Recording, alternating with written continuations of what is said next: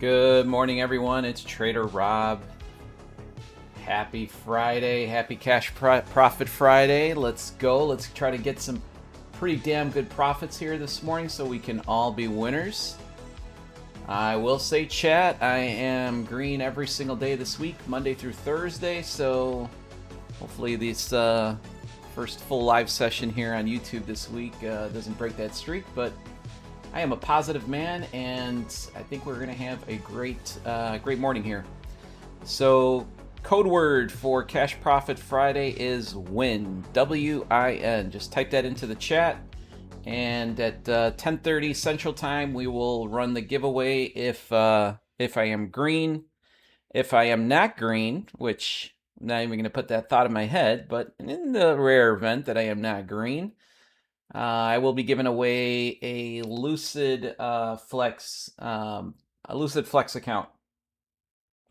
So either way, we'll be winners. I should say either way, the chat will be winners here this morning. Gave a Apex eval out yesterday, and got a fresh batch of codes from Apex. So next week on the live morning shows, which do run from 7 to about 7:30 a.m. Central Time.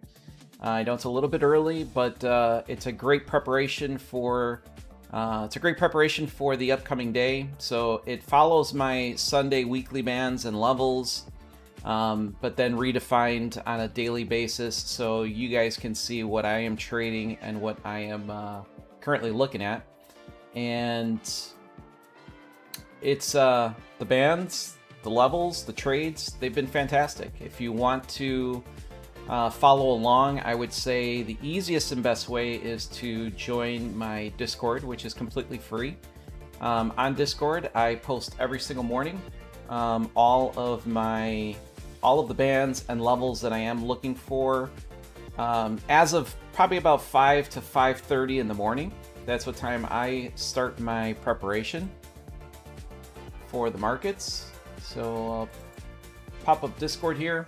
So if you go onto the trading floor, you will see every single morning there is 3 charts. So there'll be the ES chart, NQ, and gold. So these are nice. And then if, depending on what trades hit, or what trades don't hit. I will let you guys know here. Took a nice trade here on the ES yesterday off that level. Actually tapped right into my TP. We're almost right to the tick on that one. But had some really nice trades yesterday. So I think I made about $176 yesterday of profit.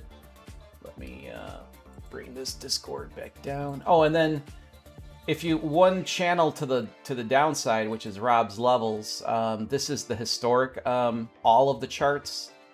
And these go back about 2 years, so you guys can see every single day these are posted. Every single day people are trading them. I get tons of DMs on them. It's just they're working really nicely.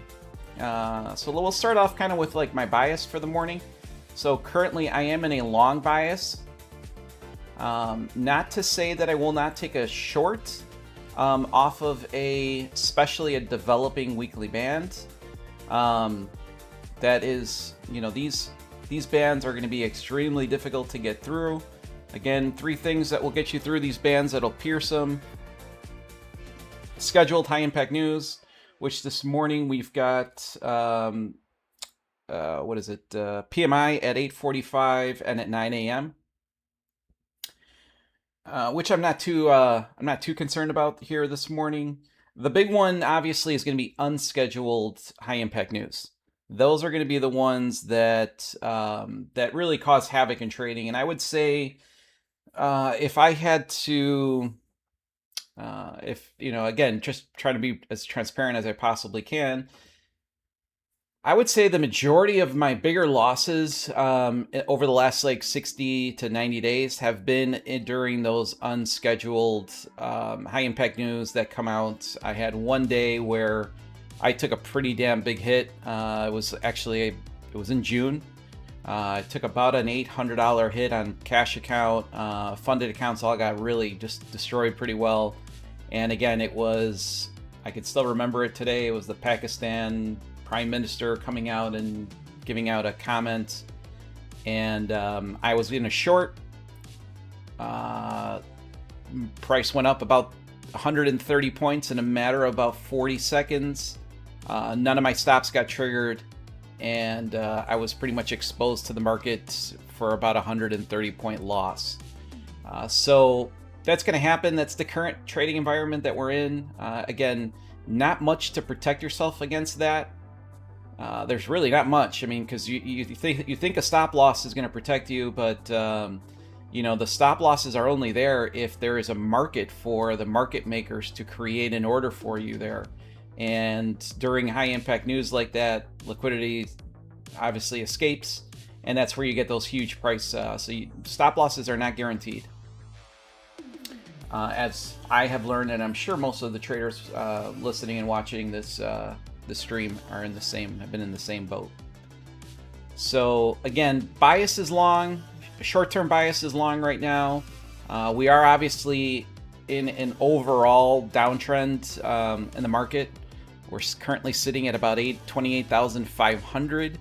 I remember when the 32,000s were the number that we were constantly bouncing off of, and we're about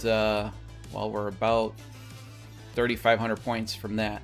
So obviously overall downtrend, but for the early morning bias right now is simply on longs. Now let's go over some of our trade ideas. Once again, for Cash Profit Friday, that drawing will be at 10:30 in the morning Central Time. Just type in the code word WIN. You do not have to put in, if you put in duplicates, it'll automatically remove the duplicates, so you don't have to put don't put that code in more than once. It's not going to help you. Doesn't necessarily hurt you, but doesn't help you. And you will have I'll set a 2-minute timer. And after that 2-minute timer, whoever is the winner, I have a software program that randomizes the entries, and you'll have 2 minutes to type in the word thanks into the chat. You must have either Venmo, PayPal, or QuickPay. If you do not have one of those three cash apps or money services, do not enter because you will not get paid. All right, so now let's talk about some of the trade ideas that we've got. First of all, we got a weekly high here on the NQ that's sitting at the 28,763. So there's going to be a good amount of liquidity sitting right here that the market might want to tap into. Good amount of volume sitting right there. So that's something to obviously look out for. Main areas. These are areas I'm going to be trading from here today as of right now. Obviously, if price action develops something in between, beautiful. But as of right now, this is the setup that I am currently looking at. We've been talking about this setup since about Monday. I believe this setup appeared on Friday, if I'm not mistaken. We've got all sellers over here. So seller controlled volume from the 28,985 to the 28,913. Again, a little bit more of a detailed scalp. If you don't want to have this type of a drawdown, you can take an entry here at the 28,921. Or you can even take an entry at the 28,913, cover your stop sitting right above this band, this intermediate band.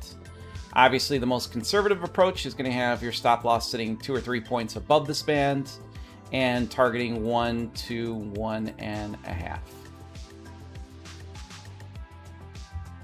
So that's the first band. Second band that we've got sitting up here is going to be at the 29,122 to the 29,033. Detailed band 72 to the 33. Again, perfect spot, limit order right here. Stop loss sitting 2 or 3 points right above that detailed band there. These are both of these are developing weekly bands. These areas that you have spotted in here are going to be on the daily. So these are daily bands.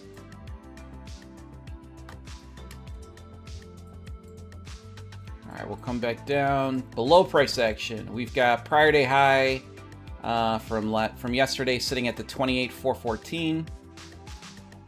Got the current open at the 28,316. Not too worried about this number.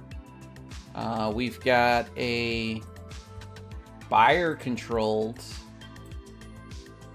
volume area at the 28,189 to the 28,153 with a detailed band at the 28,172 to the 28,161. And once I go over all of the setups on the ES and the NQ, then we'll map out our limit orders on where we're going to look for some trades here this morning. Got another area right here. I'm going to get rid of this pre-session value area low. That was pre-session value area low from yesterday. We'll map out all our pre-session market values right at the open. And again, I'll kind of show you guys how I use those for some confluence on some trade ideas. 27,905 to the 27,867. Okay, that is again your weekly band. Your daily band is sitting right here at the 27,891 to the 27,880. Another area that I would be looking to trade. Again, I'm going to delete this point of control pre-session. And I'm going to delete this guy. Don't need to go over this one yet. We've got a lot of price action to cover if we get down to that spot right there. All right. Now let's take a look at the ES.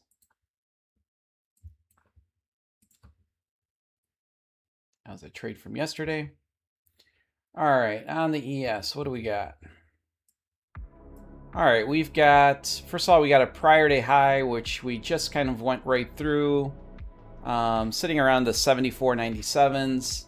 We've got a weekly high, just like the NQ, at the 75.24. Again, good amount of volume sitting right in this area. This is an area that you're definitely going to want to watch. We're actually very close to a weekly band here as well, so we could see something like this for sure.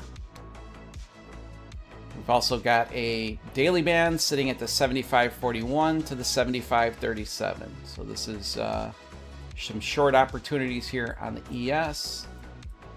And the only area that I see for buyers currently on the ES, 74.14 to the 73.99. This is, again, weekly. As you can see, I do not have any daily band in this area. So bigger area, personally, not something that I'm willing to trade at this point.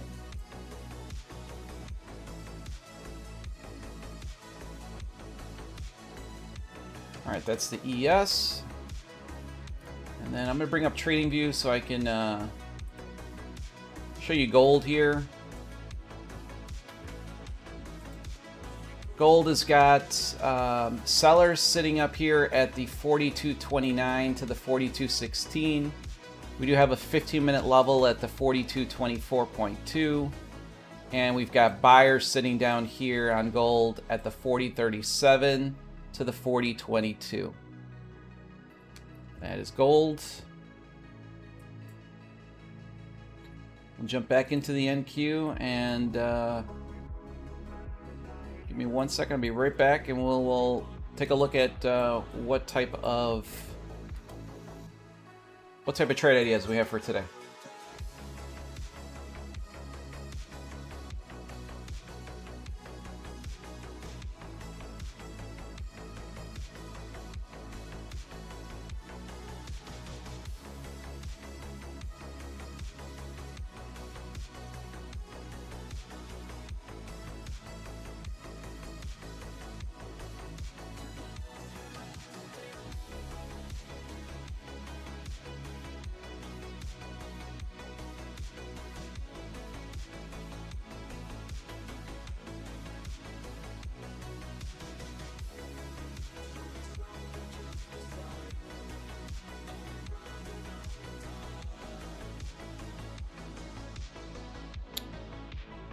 All right, so first off, good morning, Trader 007. Joyce, good morning. Great work and have an excellent weekend, everyone. I loved the positivity, Joyce. Paul, good morning.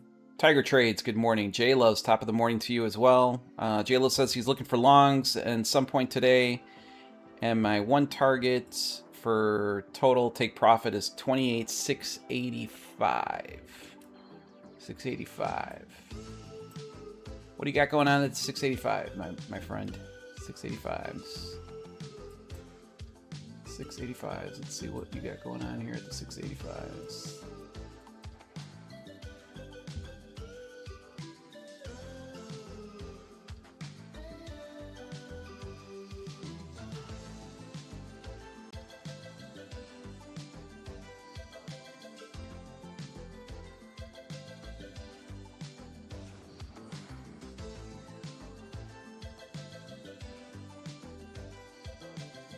Jay Loves, if it was me, my friend, I would probably be cutting that around the 660s, but again, that's just me. Not financial advice, but you're going to see some resistance coming in at the right above the 60s, almost until that weekly high. You could actually target the weekly high if you're going to target something. Yeah, 63s. You definitely, I would say, much past the 60s. Well, that you're looking at the 8s. So, all right, that's that. Let's see. Bali,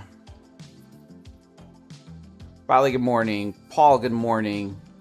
Baraton, good morning. I believe I'm saying your name right. If I'm not, I'm sorry. Summit, good morning.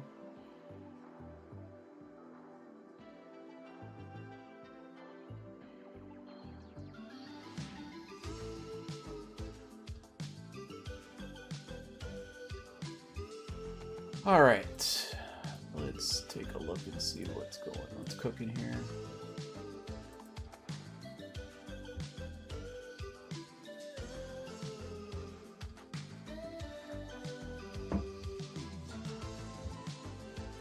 Posted in Discord already this morning that we are currently in a pretty balanced market.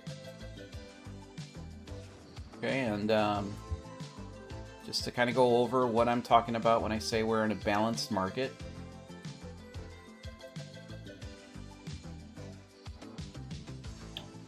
Okay, you see impulsive move, breakdown, balancing out the impulse. Impulse move, breakdown, balancing out the impulse. We do have a small pocket right here that we can take a look at.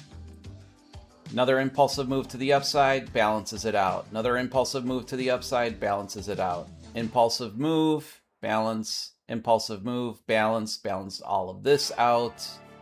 Consolidation a little bit here. Same thing, and that just the trend kind of continues. So very, very balanced market as of right now. You almost got to play the extremes at this point.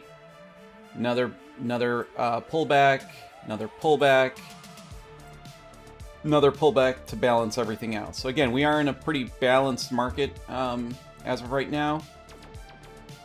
So again, you got to almost play the extremes in these type of scenarios. And again, we already know where my extreme is on the NQ as of right now for both buyers and sellers.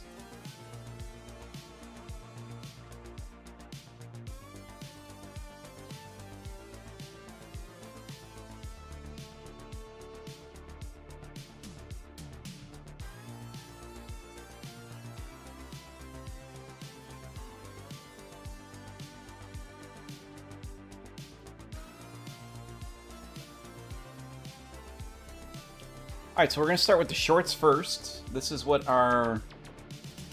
personally, what my setup is going to look like here this morning. Entry will be right there. And we're going to be looking for a 1 to 2. Right there. $70 of risk to make 141. I like it. So that would be my first trade option here this morning.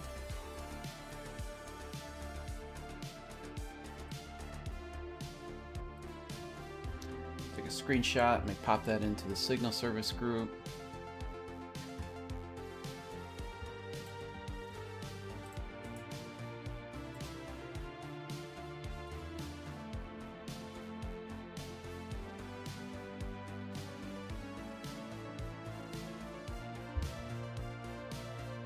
That's trade idea number 1. Trade idea number 2 over here. Very simple on this one. It's going to be sitting right about there. 2 or 3 points above. And again, similar scenario, 1 to 2.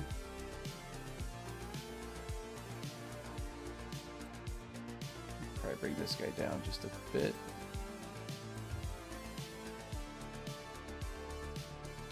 Right there. So these are going to be the 2 trade ideas that I've got today on the NQ.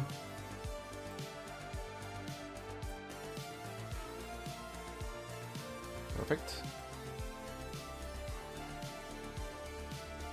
And then if we go back to the ES, it's got a similar similar trade over here as well. Again, this was going to be taking a short at the 75.37, covering my stop loss right above this band, so price sitting at the 75.42-ish, and then simply a 1 to 2 risk to reward on this trade here as well on the ES. So those are the trade ideas as of right now that I am looking for this morning.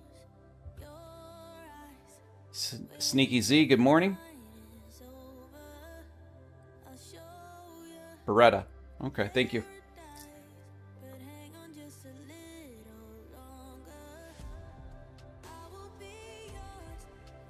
My last day here in sunny Florida. It has been hot as all hot can be.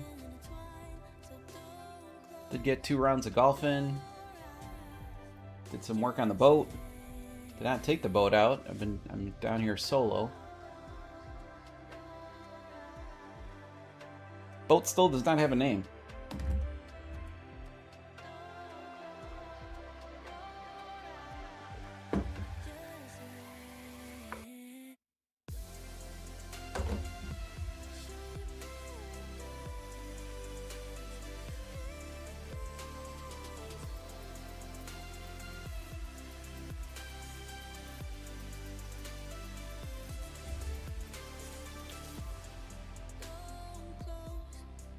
J Loves asked, how's my son's trading been going? Actually, I have not.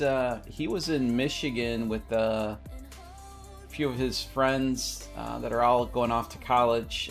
They rented out a kind of like a lake house or something like that, and they've been up there for about 3 or 4 days. So I have not. I don't think he's been trading this last week, but he's still stuck in. He's still stuck in eval with both Top Step and Legends. He's with a Legends eval and a Top Step eval.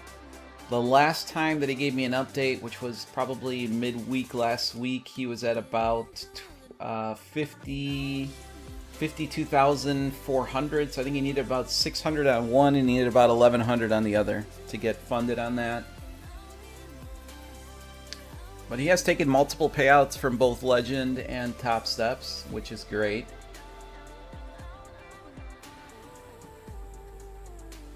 It's actually been pretty good because his lifeguarding gig, he hasn't gotten that many days this year. Just the weather in Chicago has just been not the greatest. Either really bad rainstorm, lightning, where they send home. Crappy days. I haven't had really a lot of beautiful days in Chicago this summer.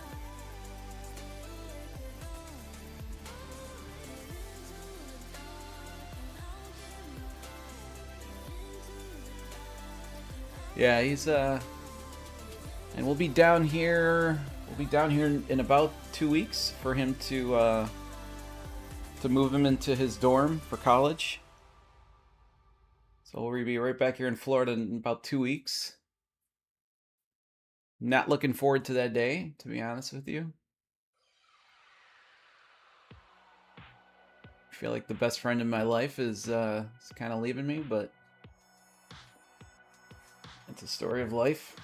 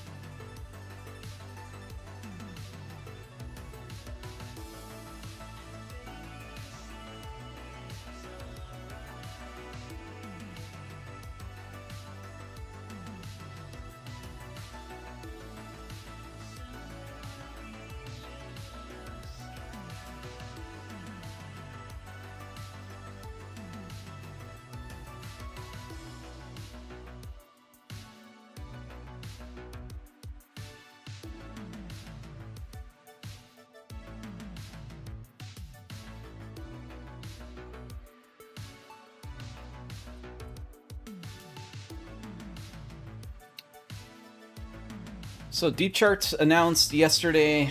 God, I spent about almost an hour and 30 to 40 minutes watching the launch of their newest product, which is their gamma levels. So they now have gamma levels incorporated directly into the actual chart, which I think is a cool feature. I wish they would have done that with the Deep Dom, with their heat map. Which I was an idiot. I forgot to cancel my subscription to Bookmap, and I got charged again for 120 something bucks, which I was not happy about. But I did end up canceling that subscription after I saw that charge come in on my Chase account. Absolutely no need for Bookmap after Deep Dom, and to be honest with you, I think it's a ridiculous deal. I got a lifetime access to their heat map Deep Dom for about $360, and that's it. I mean, I was spending 125 bucks a month on Bookmap, and to be honest with you, I've got more information. It's, in my opinion, no-brainer. Absolutely no-brainer. I haven't messed around. I haven't installed the gamma levels yet on my chart. I think I'm going to do that over the weekend on my trading studio at home. Currently on my laptop. This laptop's just been, I mean, this thing is honestly fantastic. I am currently running TradingView, DeepCharts, NinjaTrader, and NinjaTrader's got about at least 18 charts up. I'm running the Deep Dom, so the heat map, which is like a book map equivalent to it. Running Discord, running my recording software, all my streaming software on here, and it doesn't miss a beat.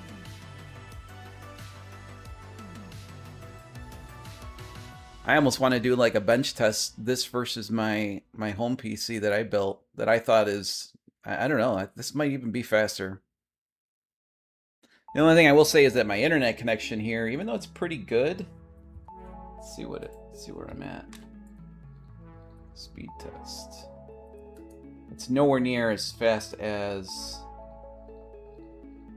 yeah, so I'm only averaging about 175 megabytes on the download. At home, I'm at about 900. So huge difference, but I honestly don't feel it. I don't see any lag or anything like that, so my upload's not bad.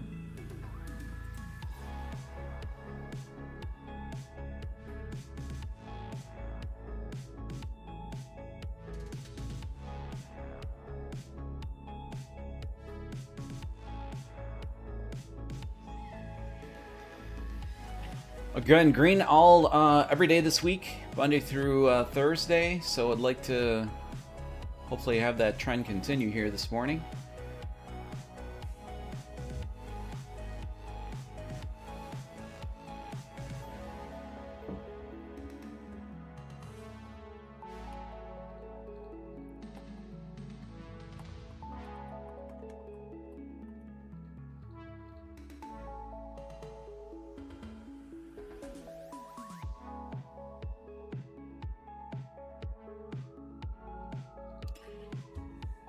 Let's just take a look and see where these are sitting at. Give me one sec.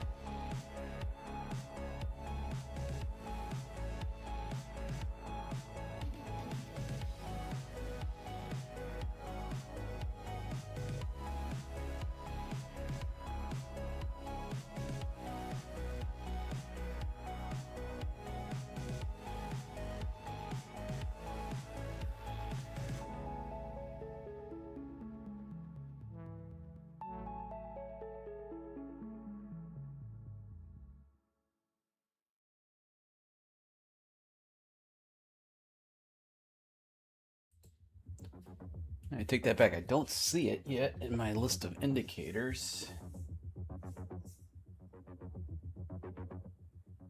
Be also honest, I fell asleep probably 20 minutes. I missed probably the last 20 minutes where they probably ended up talking about how we can install that. I don't think there was an update. There was no update that I was prompted on today. But I'll mess around with it over the weekend.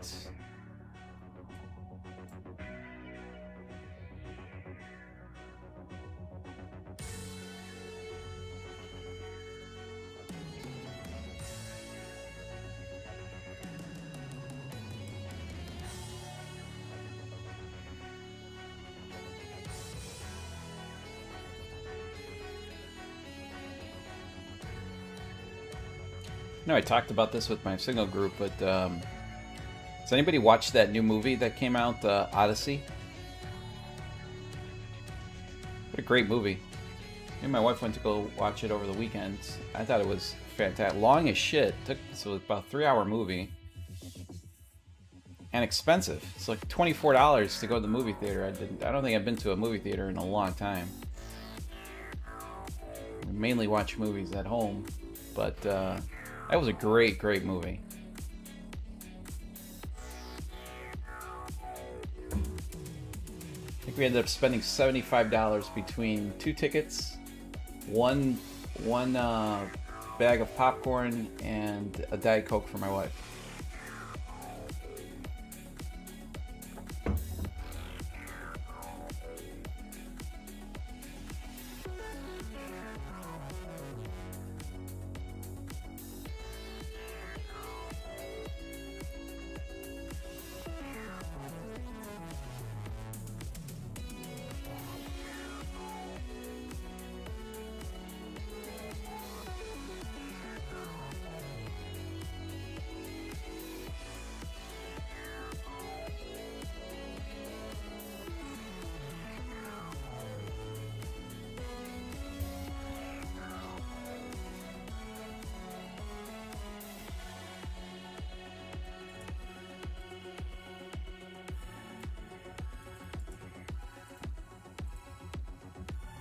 I just popped into the chat. If you do want to receive my Sunday email report that's got all of my Sunday weekly bands and tradable levels for the upcoming week, just go to my website, which is robstrades.com. Just type in your email.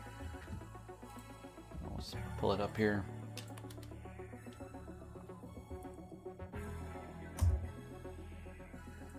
So if you go right into the email, right into my website, robstrades.com, right on the home screen.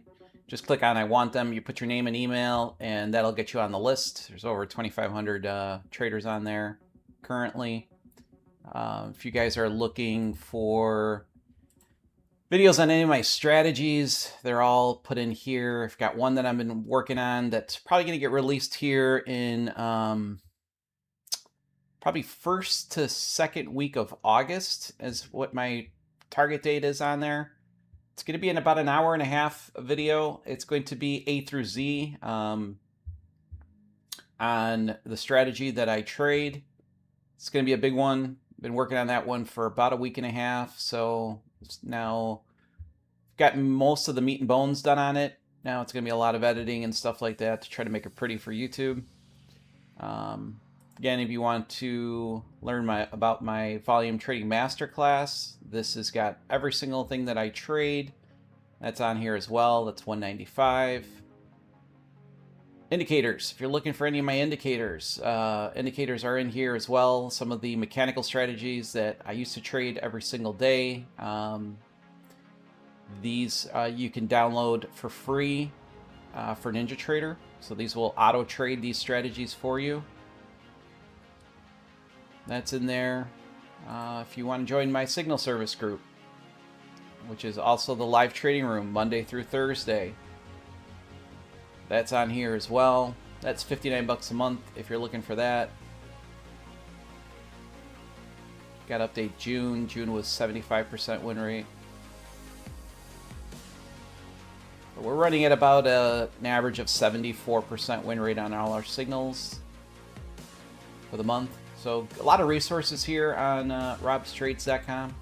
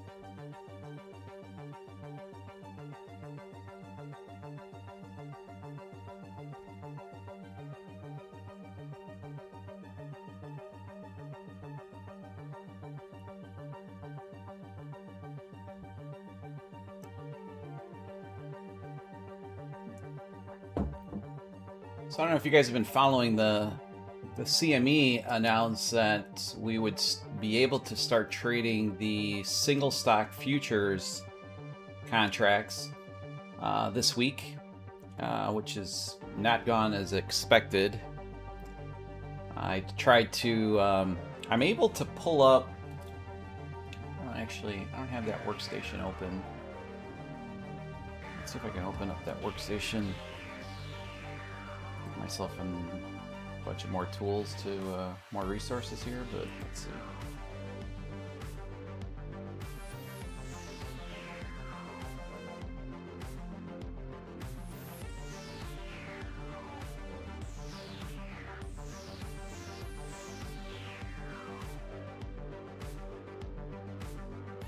Get that to load real quick here.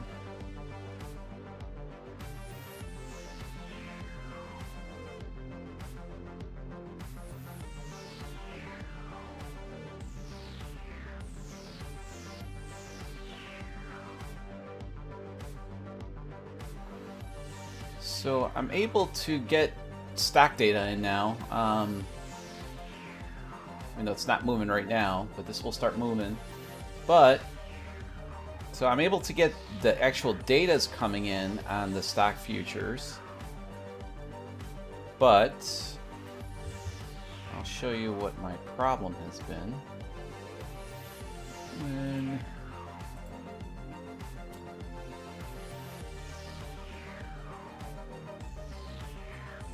That's all I wanted to do. Now I close my other workspace. Give me one sec.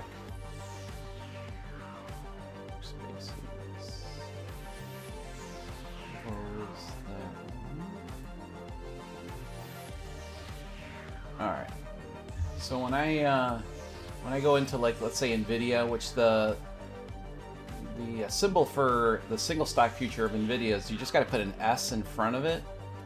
This is the NQ right now, but it's trying to load NVIDIA, and this is all I get. This is just a watermark that I have on this particular chart because this is my normal NQ chart, but you just get a blank screen. And I ended up talking to NinjaTrader support on Wednesday, which is when it was supposed to be launched, and was with tech support for about 45 minutes, and they finally emailed me later on that afternoon that the CME cut their feed for the single stock futures, and that they did not have a time frame on when that was going to come back online. So that kind of stunk, because I was actually really looking forward to not only to take a trade on it, but to be able to map them out on NinjaTrader, which to me is a lot easier than using TradingView. Because before, when my brother-in-law, who day trades equities, he's the one that's been doing this way longer than I have. He's the one that actually got me into day trading. I split to futures from the beginning. And he's always been equities, but he'll reach out to me quite frequently on different types of trade ideas and areas that I see of unbalanced volume and supply and demand.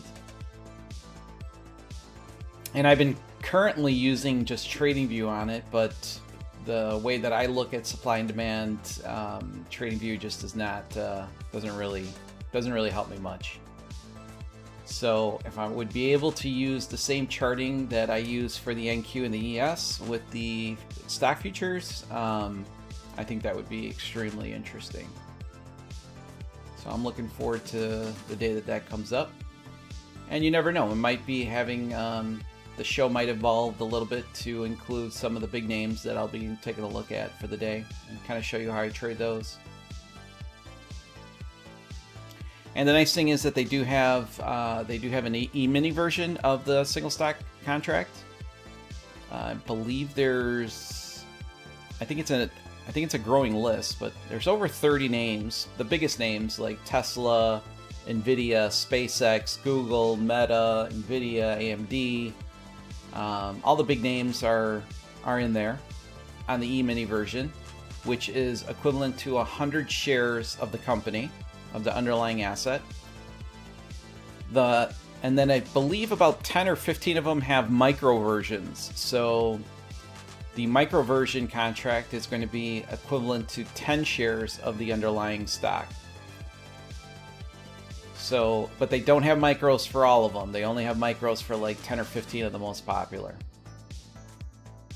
But again, if you guys know anything different, or if you guys have seen anything different on your NinjaTrader or on whatever brokerage you're using that's enabled it, I'd love to know if the charts are blank for you as well, as they are for me. There are some agreements that you need to sign. I am fully signed up for it. As of right now, you can only trade these with a live cash account. I don't believe any of the props are. I know the props are looking at it because I've gotten emails from Take Profit, from Tradeify, rule before. It just a lot of barriers to that. And I think the biggest issue with day trading stocks in general was, you're looking at, I mean, it's subjected to the trader, I understand, but you're looking at, let's just say 5 to 10 tickers every morning. And if you're trading small caps or, and you might have a watch list of 100 or 200 different instruments or tickers that you're looking at. Versus on the futures, it's cash settlement. Margins are extremely good. And you're really only focusing in on 2, maybe 3 markets, 3 instruments. And you can really hone yourself in on how those instruments kind of move every single day.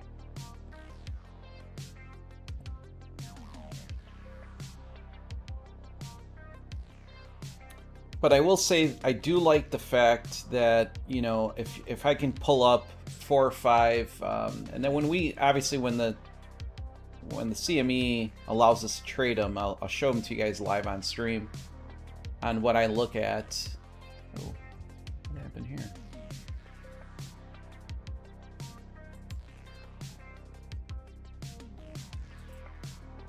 There we go. When we're able to trade them, I will show you.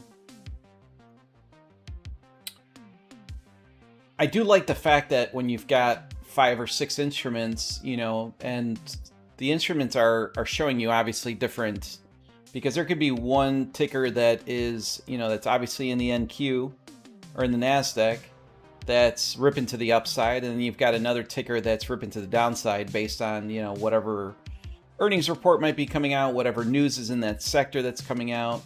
So I do like the fact that you can kind of individualize your bias on independent stocks. I believe that it does provide you with maybe a little bit more trading opportunity. But we'll see how it goes. I'm pretty interested in it.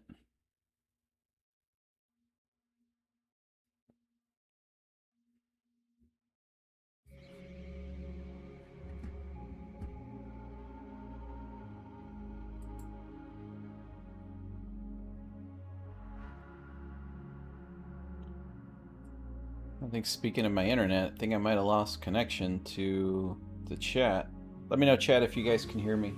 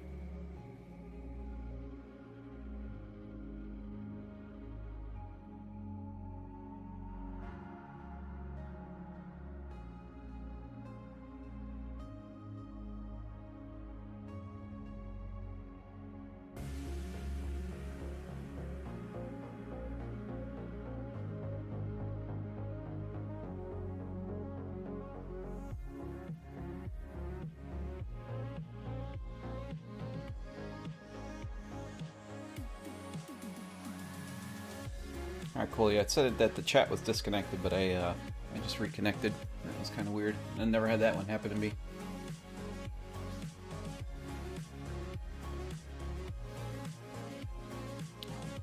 Now I don't know why the message is they're so small. Zoom out. There we go.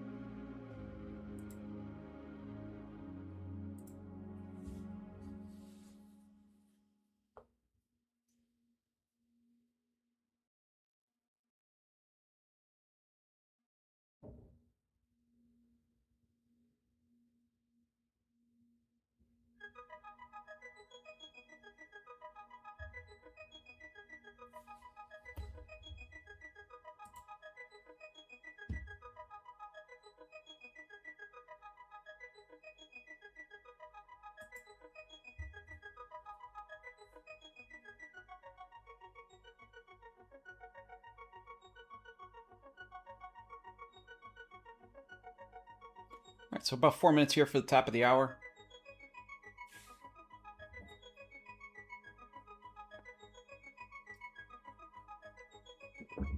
Just to kind of recap some of the trade ideas that we're looking at this morning on the NQ.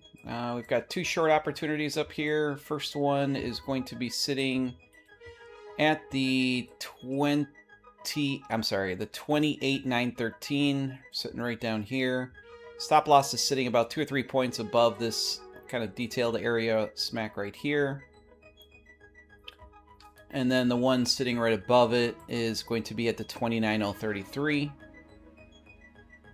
with a stop sitting above it at the about 76, about 4 points above the 72s. So that's the NQ setups that I'm looking at. And then on ES, I also have a short here at the 75.37, with a stop sitting at the 75.42, targeting 1 to 2 risk to reward on pretty much all these setups here this morning.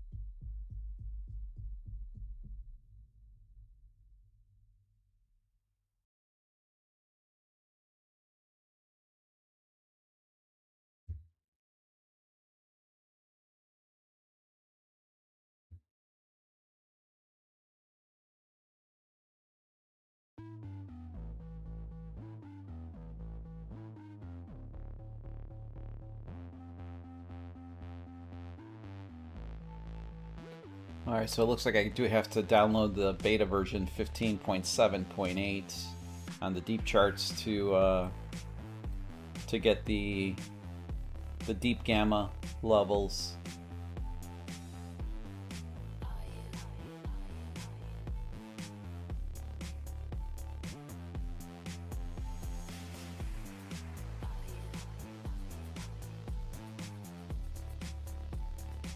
Alright, so I'll work on that this weekend.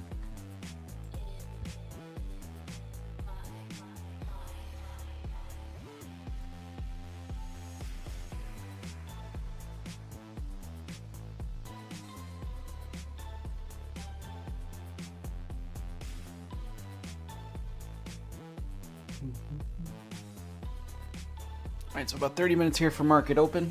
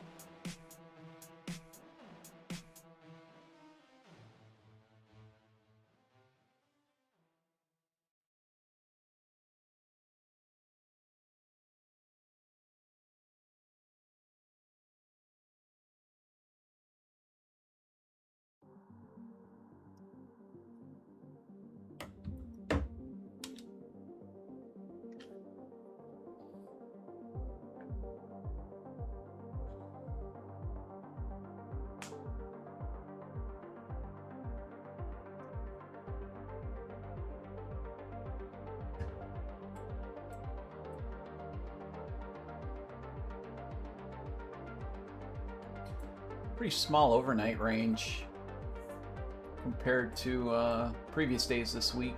I mean, still 200 plus point range, but looking at the ranges from the previous overnight sessions, pretty damn small, pretty tight price action. Which again is another reason why I did mention in the morning on Discord that it's pretty balanced out.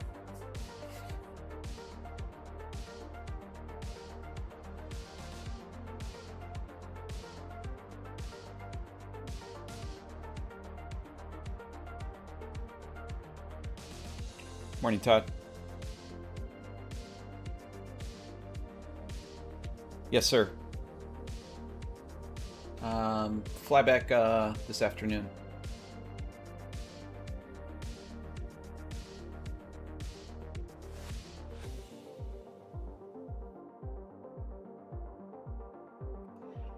I had to pick up some things. We're moving in my son into his dorm coming up in 2 weeks here.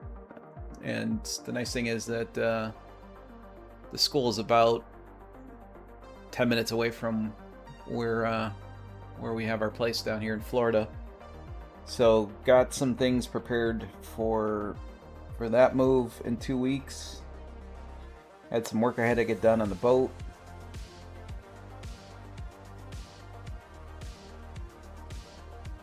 Gave it a good clean.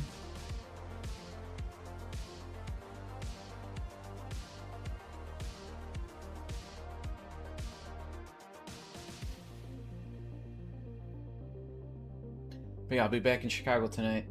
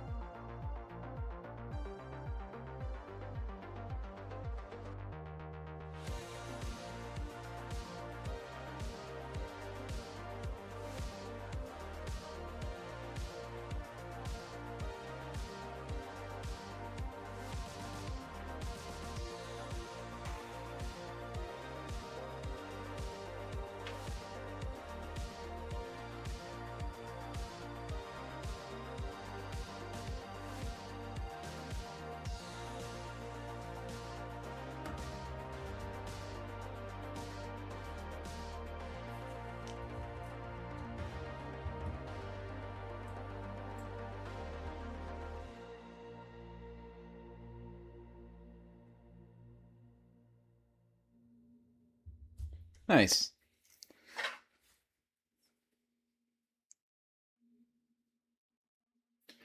Yeah, the nice thing is, well, I guess the convenient thing is that the college is literally like 5-10 minutes away, so this kind of became like a staging area for a lot of his crap.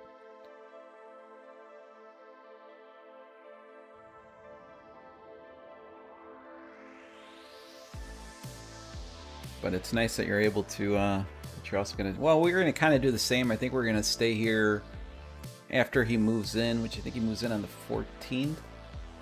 I think me and my wife are gonna stay here for an extra like 2 days.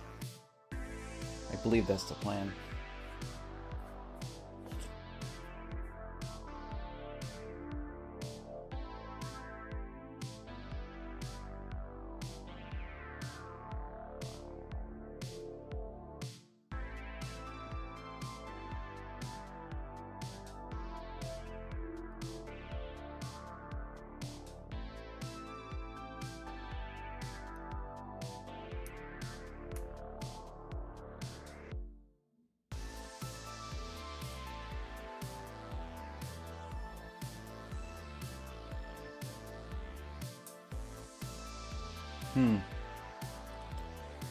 Yeah, we're definitely not empty nesters yet.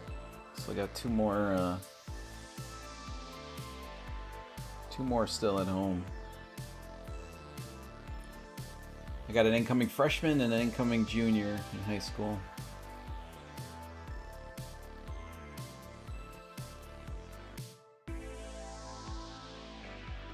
And quite frankly, I can definitely wait on.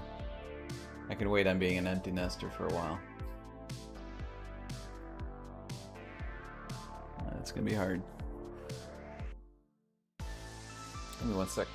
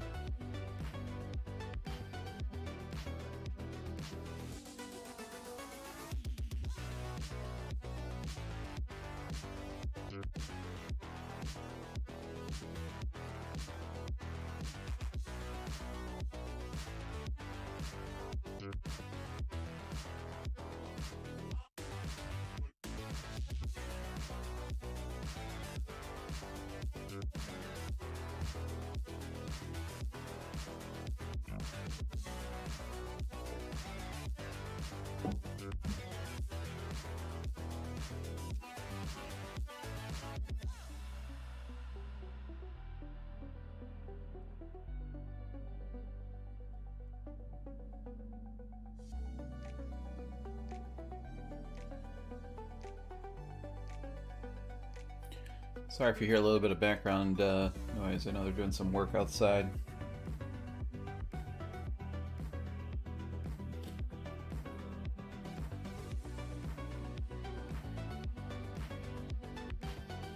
I think this mic does a pretty good job of filtering out, suppressing outside, like voices outside of my range, but it looks like we're fighting back right into this range here. Kind of been sitting at.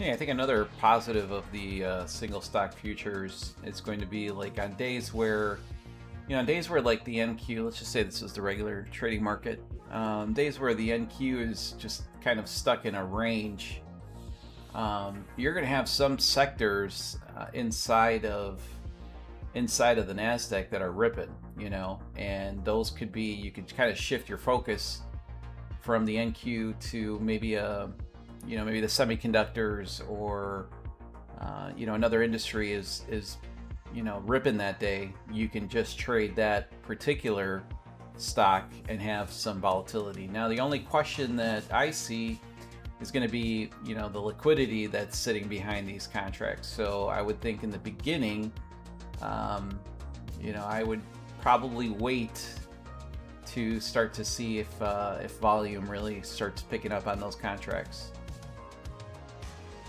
Because if the liquidity is not sitting there, meaning if bigger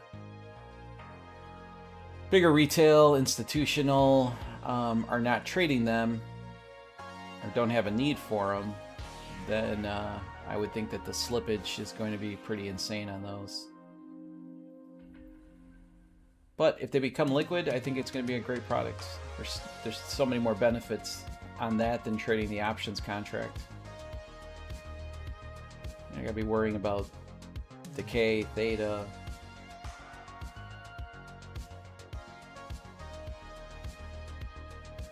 And I think the real benefit's going to come on days where the NQ is just kind of chopping around, and you might have one sector that's ripping, and at least you can capitalize on that on the volatility that's happening in that one particular sector within the NASDAQ or the S&P.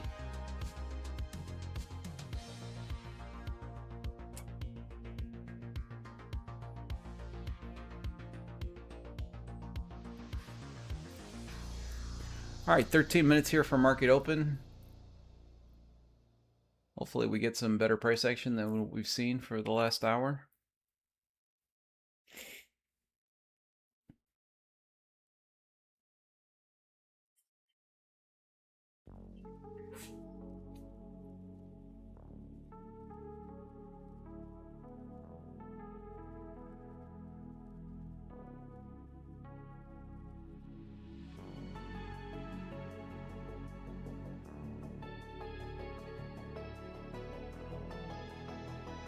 Also, I've always wondered, like, if the CME puts out a new product, like what they did with the single stock futures, they put out a new product, like, who's the market in the beginning?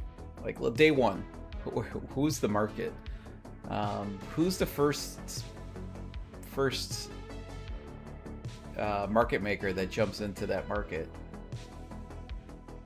Like, that's dicey for me. Who's the first one that, you know, takes a position?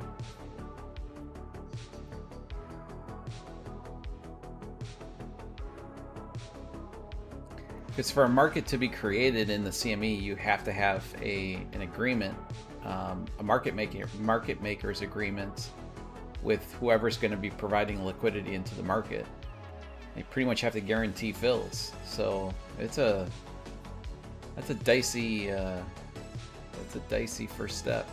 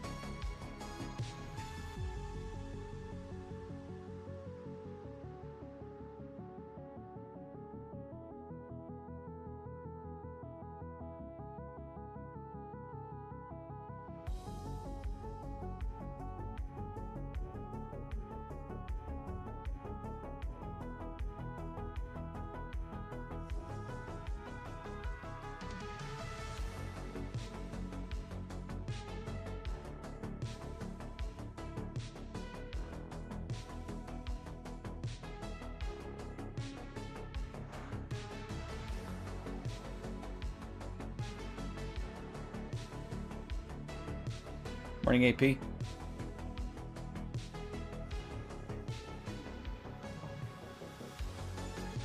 So how's everybody been doing this week?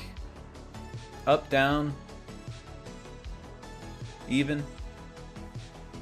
Anybody close to a payout? Anybody close to passing an eval?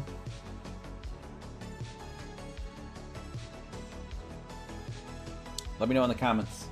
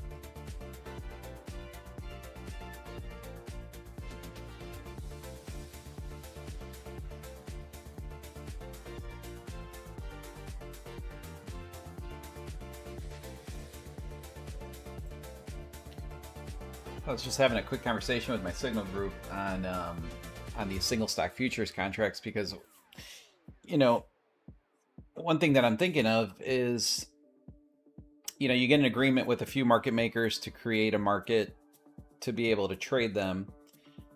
But then my question to that was, how do the market makers then hedge their positions? Because typically in an options contract, they're usually hedging with a futures contract, or vice versa. Then they'll hedge with an options contract. Do they start to use the single stock futures contracts to hedge? I don't think so. So I don't know. I think in the beginning, I think the CME is going to probably allow these market makers to have some pretty wide slippage on entries, just because of the fact of the not having that much liquidity up front. Until the market starts to become a little bit more balanced and more people start buying into it, then I think the bid and ask spread is going to get, I think, much tighter. Morning, Adam.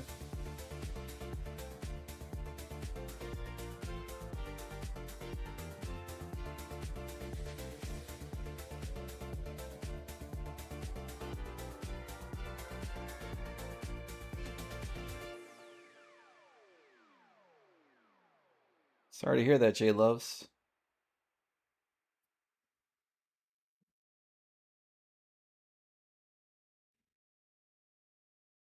Would the end of day account protected you better than the intraday? Because I'm assuming you were in some drawdown.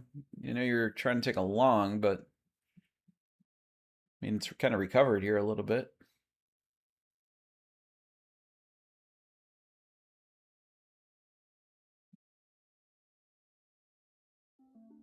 We just really haven't had any pockets of unbalanced volume that it's tapped into where I would see a big spike to the upside. I don't really see much until we come down here into about the 28,200s. Obviously, a lot of seller-dominated volume sitting above us on the NQ. But as of right now, I mean, this is, to me, I don't see any trading opportunities here whatsoever.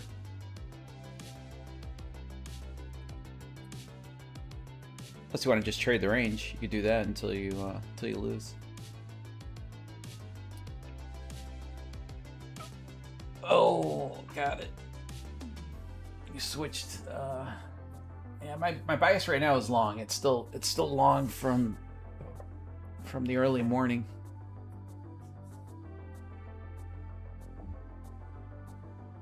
Short-term long.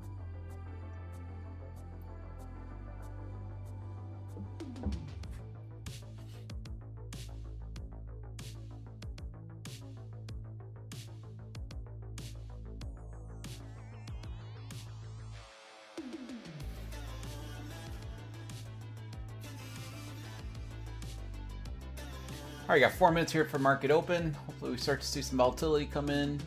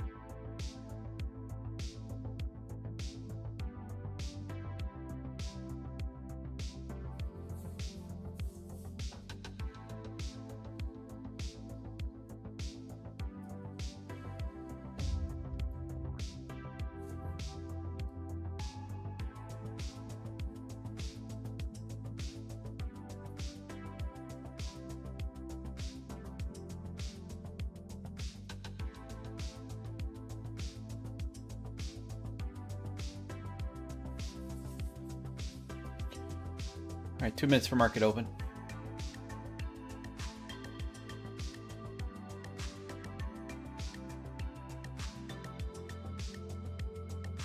One minute.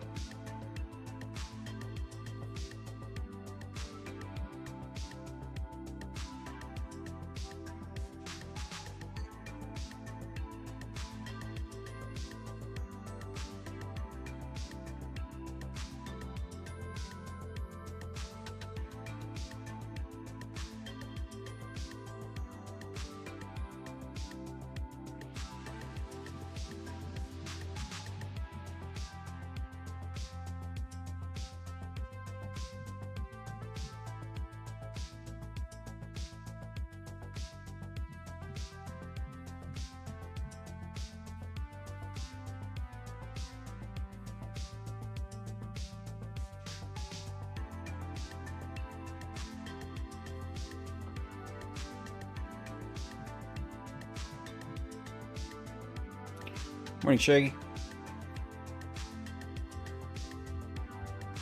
All right, here we go. I'm gonna switch down to the 1 minute here. I'm gonna map out my my pre-session levels. Point of control sitting right here.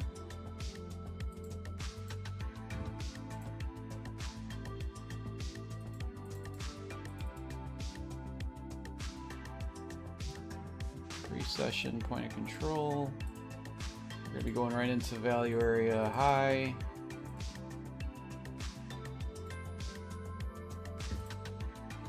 And value area low.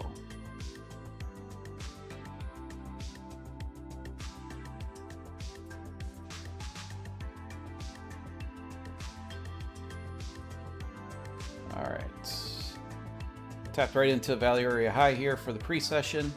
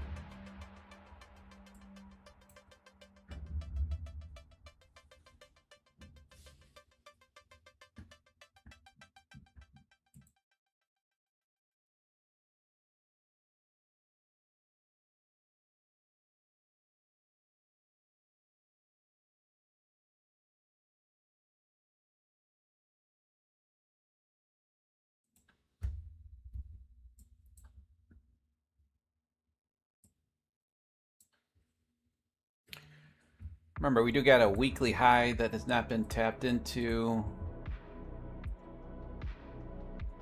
I lost my annotation tool again. We got a weekly high sitting up here at the 763. See some liquidity probably up there.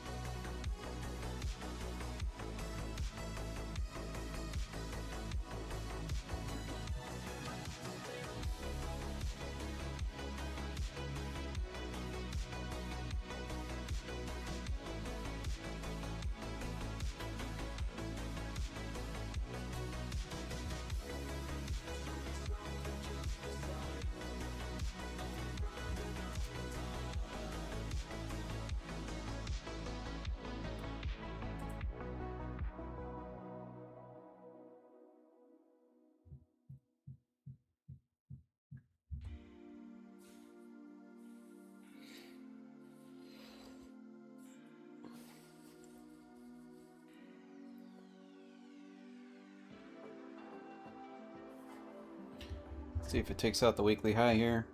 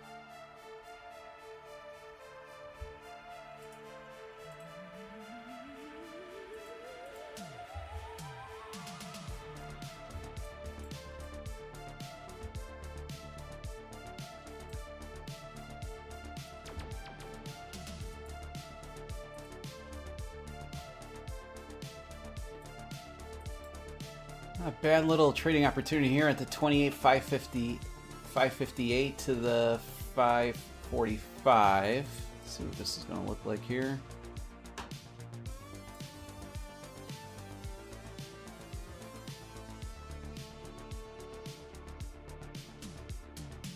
This might be coming quick.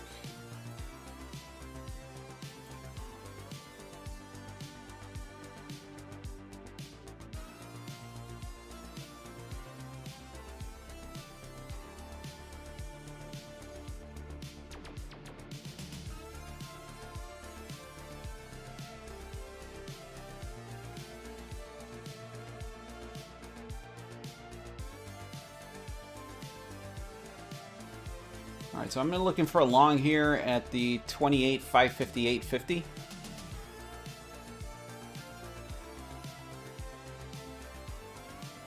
Quick trigger.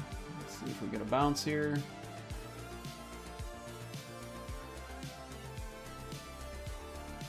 Oh.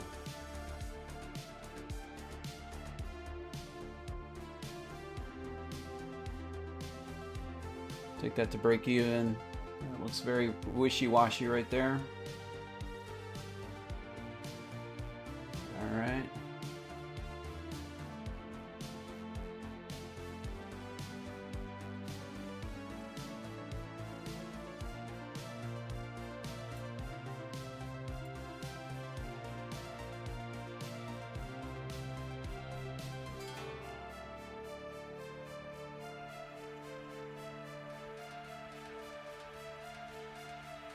ASCII reversal there.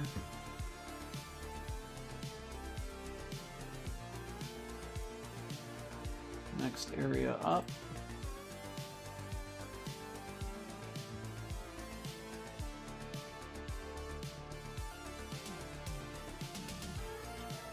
Got the pre-session value area low sitting down here. Does have some unbalanced volume right there as well.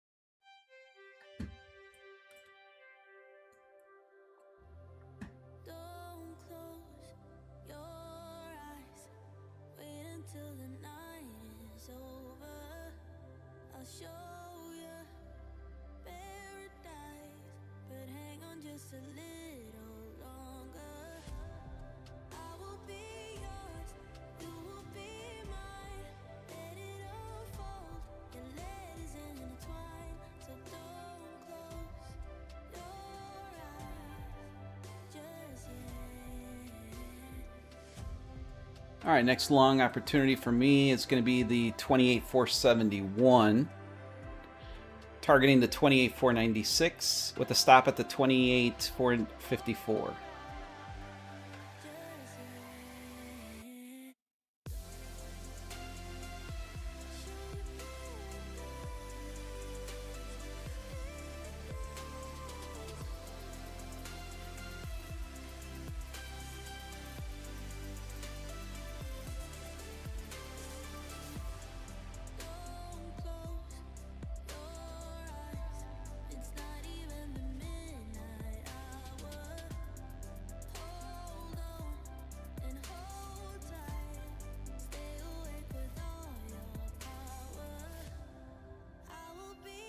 Alright, there's our entry. See if we can get out of this one quickly. Gotta break even again. I got news coming up in a minute, so take that one for break even as well. Almost had that one.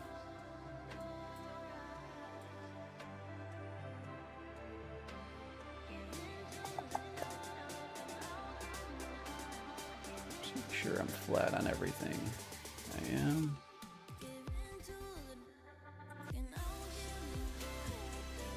All right, now we can look at some shorting opportunity. We've got a nice little area right here. Actually, I still need it to break some more structure to the downside.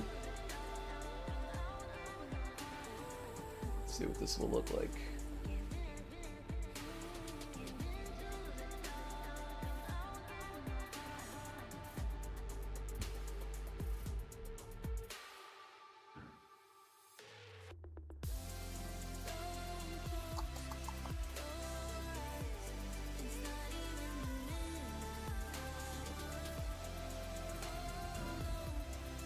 Not super pretty.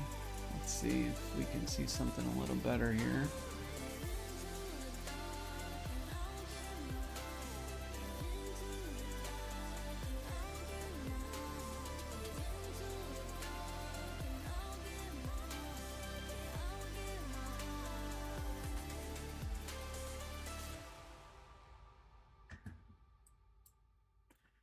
Okay, another short opportunity. Well, first short opportunity at the 28,564 to the 28,578. Just tapped into the prior day high.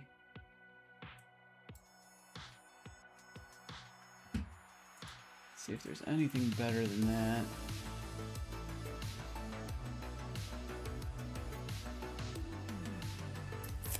No, not really.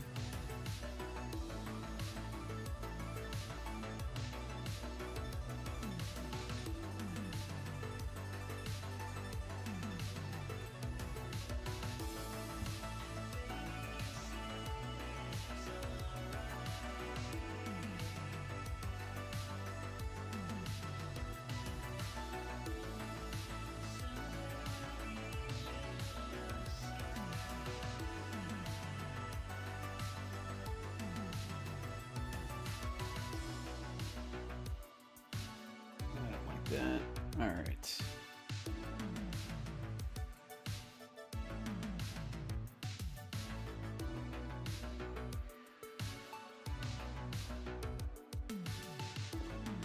Let's kind of see what this one looked like.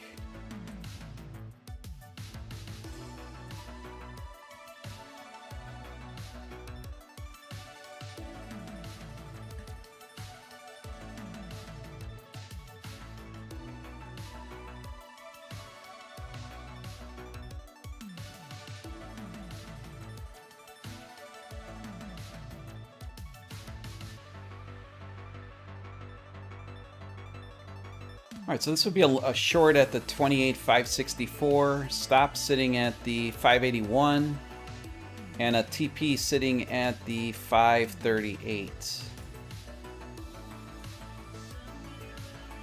That's what this trade here will look like. Just pop this one in.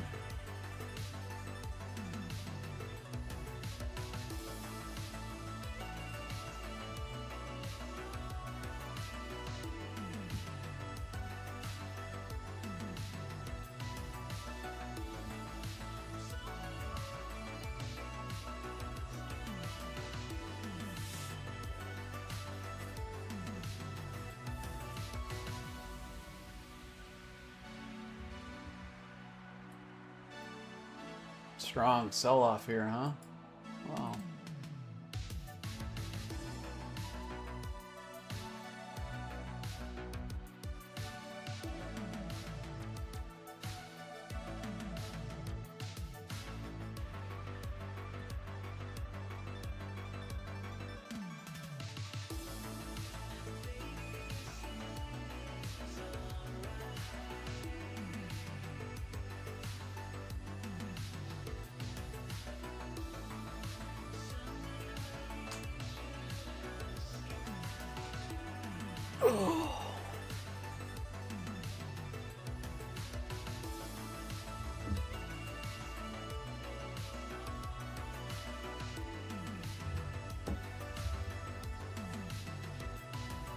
All right, so 2 tries today on longs. Both went to break even. Honestly, I think both of them were maybe 60-70% to TP. But obviously caught a pretty bad whiplash here from sellers.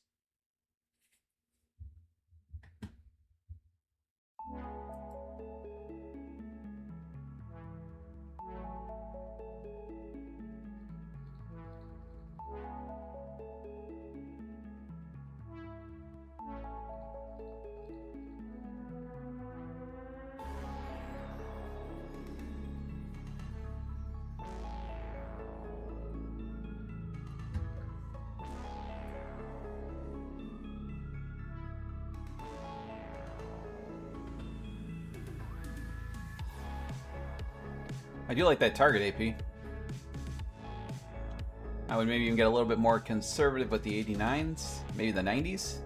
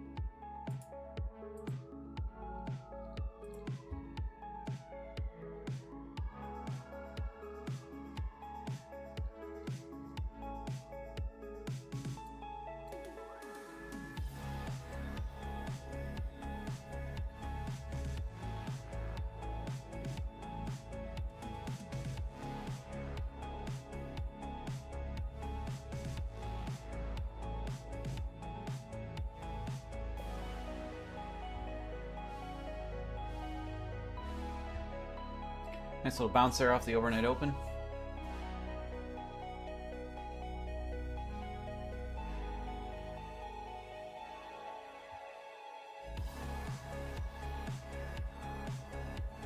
Pretty balanced on the way down, though.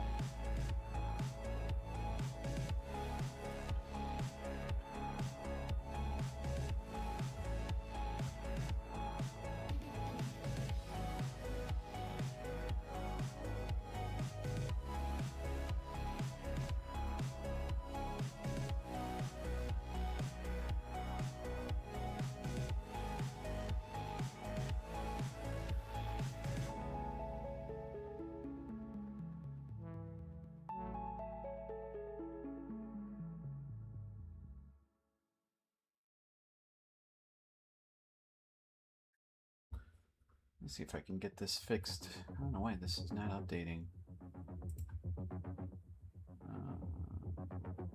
Red folder.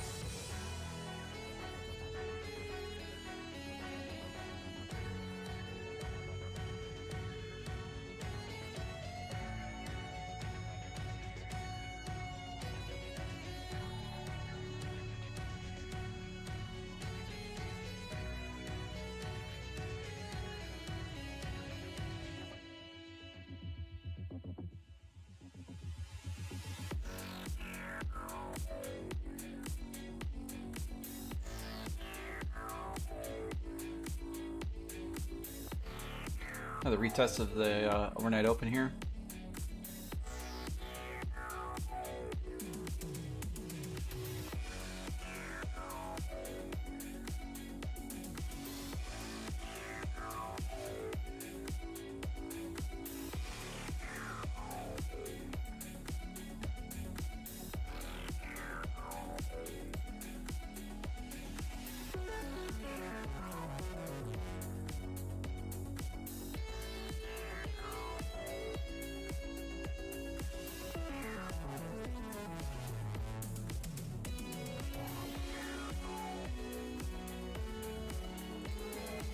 All right, looking to take a long at this weekly band at the 28,190, targeting the 28,251 with the stop sitting at the 28,148.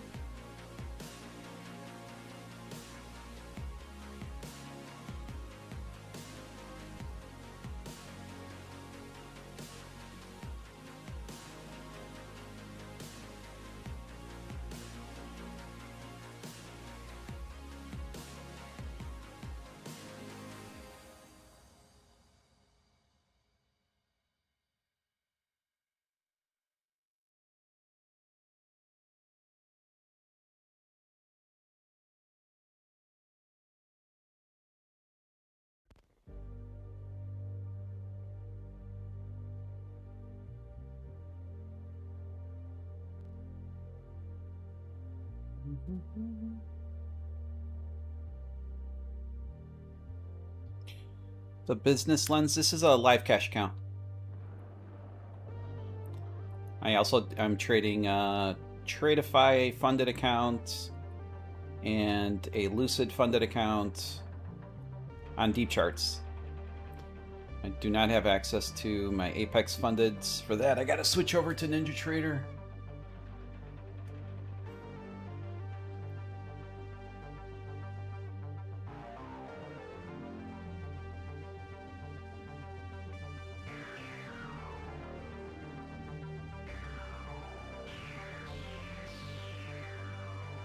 And on the fundeds, majority of them are 50Ks. I have, I got a few 25K Tradeifys, which I'm actually really loving. I've got one really close to a payout. I mean, you just need to hit a $1,500 profit target to take a $1,000 payout, which is, I mean, if your trading is tight, if you're not over trading and you're not trading with too much size, I've snoozed on the 25Ks for a long time. I never even thought they were even worth it, and I take it all back. I think it's a great little product for small accounts.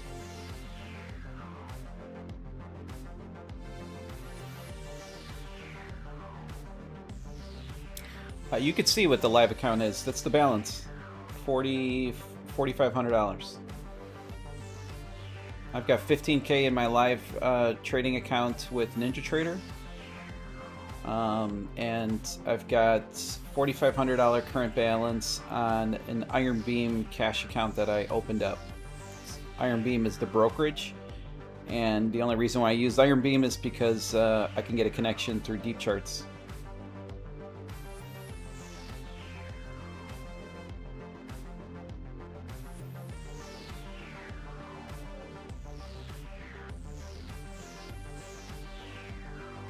I think you guys can see the balance on the screen.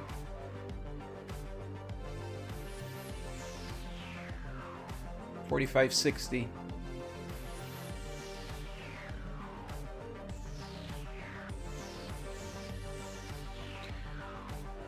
How many contracts you control with 4.5 account? Well, right now, I mean, the trade setup I'm looking at right now is 1 micro. So I average between 1 and 2 micros. If it's, you know, like if I was going to be taking a trade just off of this small little band that I've got here, this is probably an 8-point stop. I might go up to 3 or 4 micros. As long as my risk doesn't go over, I don't know, $100. It's, you know, I usually kind of work with that as my risk parameters. But right now this is 1 micro. I'm on the NQ chart, but this is cross-trading it to the micros. I think I said that right. I'm on the NQ chart, cross-trading to micros, which DeepCharts makes it extremely easy. The order entry boxes just got micro set, but the chart is actually NQ, so.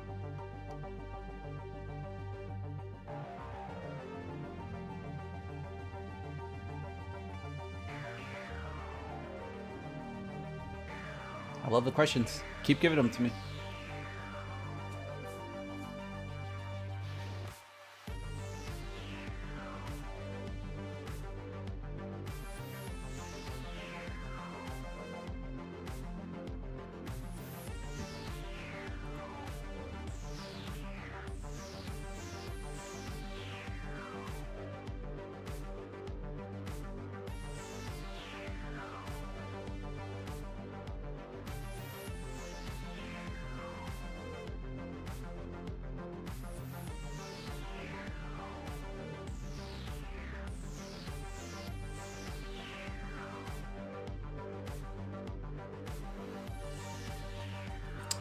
$100 risk is quite low for NQ.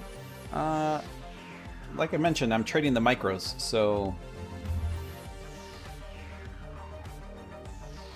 that's about maybe 2.5% risk on the portfolio. I think at about $100. I don't know. Let's do the math. I did it already previously, but let's do it again here. 4,500 at 3%. That's 135 bucks of max risk that I can take on any one position.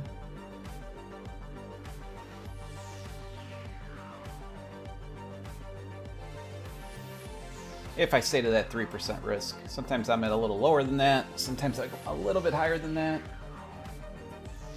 Depending on how A+ of a setup I'm looking at.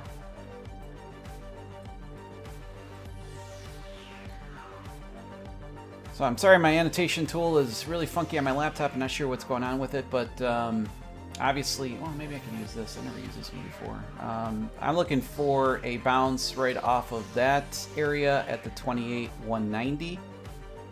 We could also see a bounce at the 28,172. How do I delete these guys?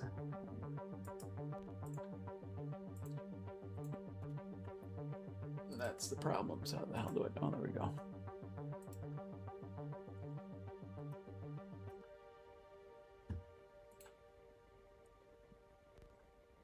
So we've taken two long trades today, both for break even. Both of them about 60% of profit, but that was on that big falling knife from the right after the pre-market pump to the upside. We had a kind of a falling knife to the downside, and went to break even on both trades pretty quickly, which was the right approach on both of those trades.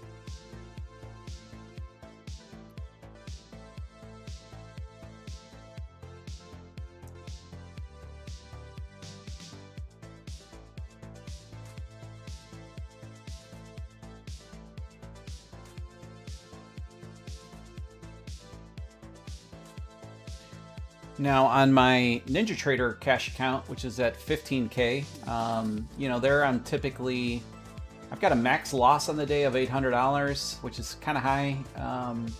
Thankfully I haven't, I only hit that once on that, on the news event that I was talking to you guys about earlier, where I was in a short.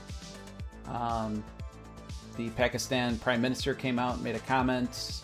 Price action ripped about 120 points to the upside on a profitable short that I was in. Stop loss didn't get triggered and ended up taking a max loss on that cash account. I think that's been the only time that I've hit max loss on that account in a very, very, very long time. But on that account, is I've got a lot more funds in there, and I've got a lot more 50Ks attached to that with Apex. Apex 50, the PAs. Those I typically am risking about $300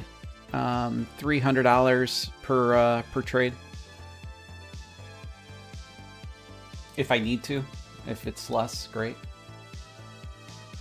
But that's typically about 15 points on the NQ, which is about what I need on a scalp. If I'm going to be trading the bands like I'm doing right now, you typically go down to the micros for that, even on that bigger account. All right, we're tapped in there.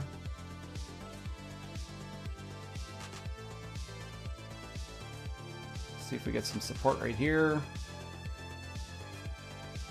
Wow. Sellers coming in strong. AP, I think you took take profit. Good job, man. Let's see if I can do the same here.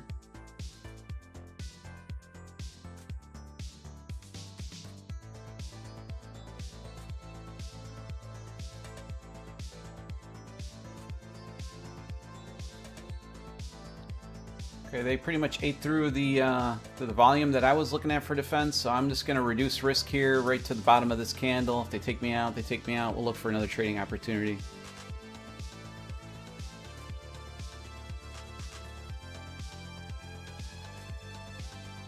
Yep, stopped out of that one.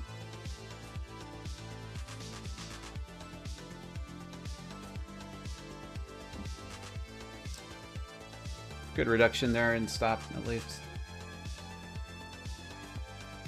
So one positive there. Get rid of that. All right, now what? Now what do we have to look forward to?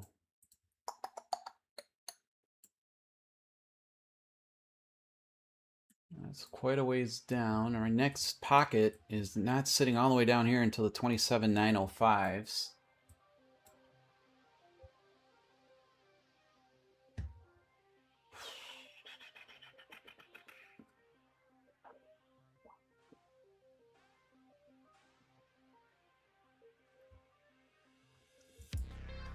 Let's take a look.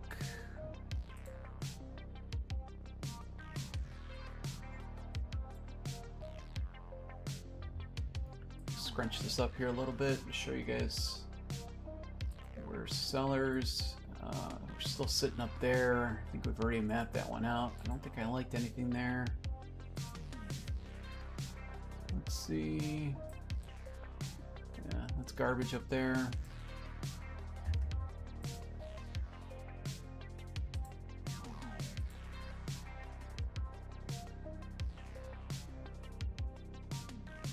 This is not a bad little spot right here.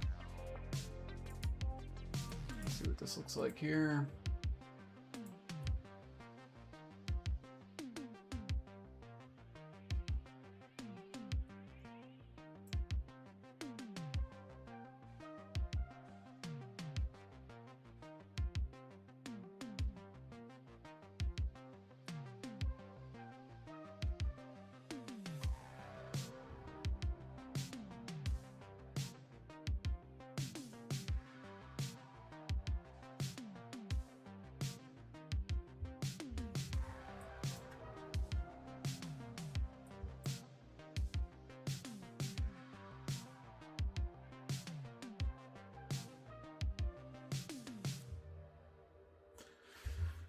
I'm not going to accept defeat today.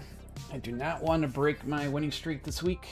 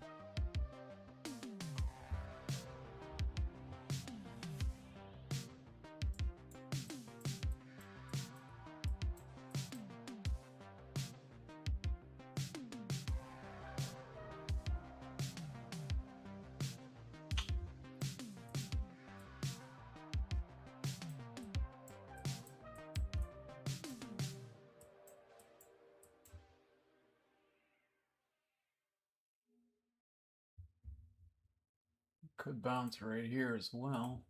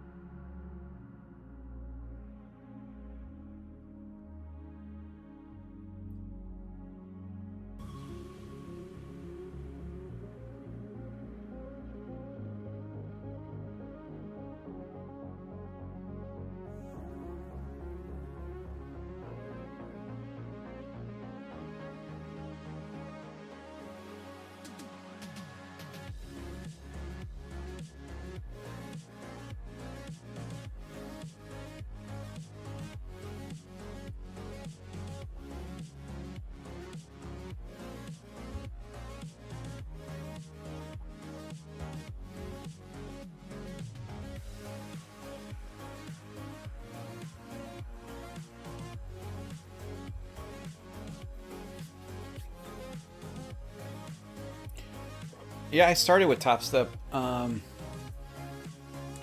started with Top Step. In fact, I still have a funded account with Top Step.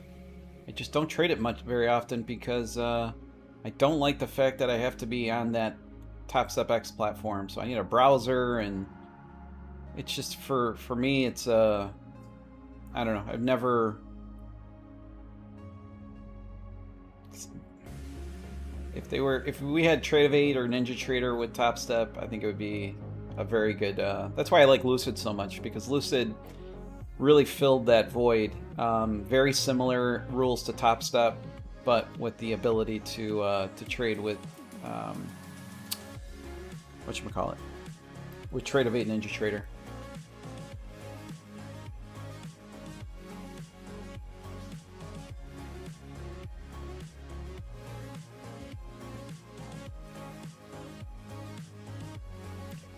I mean, you can look at for a really cheap trade right here.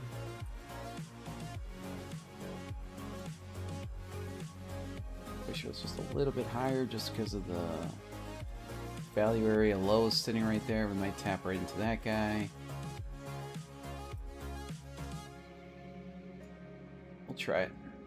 Let me bring this guy way down here. Let's see if we can get a break of structure. Let's go to one right around there. Super cheap trade, guys. Not super high probability, as I think we've got about a 9-point stop here, but we'll give that a shot. 20 bucks of risk there. We'll see if we can get a continuation to the downside.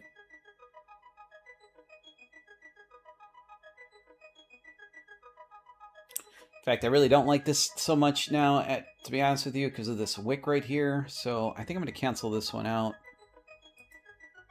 Don't like this wick, but what I will look is I will look on my confirmation entry and see if we get like a 60 range flip somewhere right around here.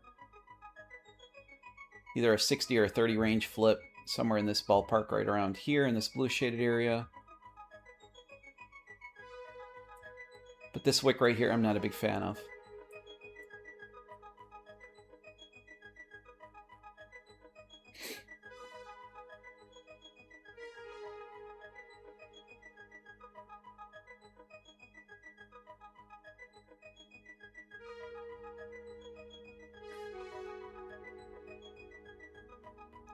Be very careful here with the shorts.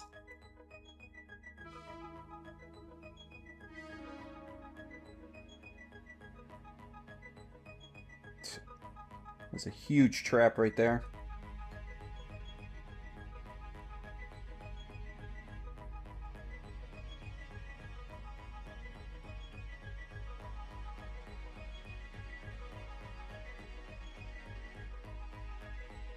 Woo!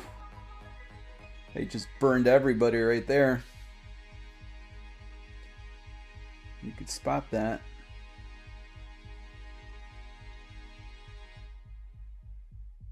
Now, if they overtake the bottom there, then you can reload onto shorts. But as of right now, this almost looks like a pivot area.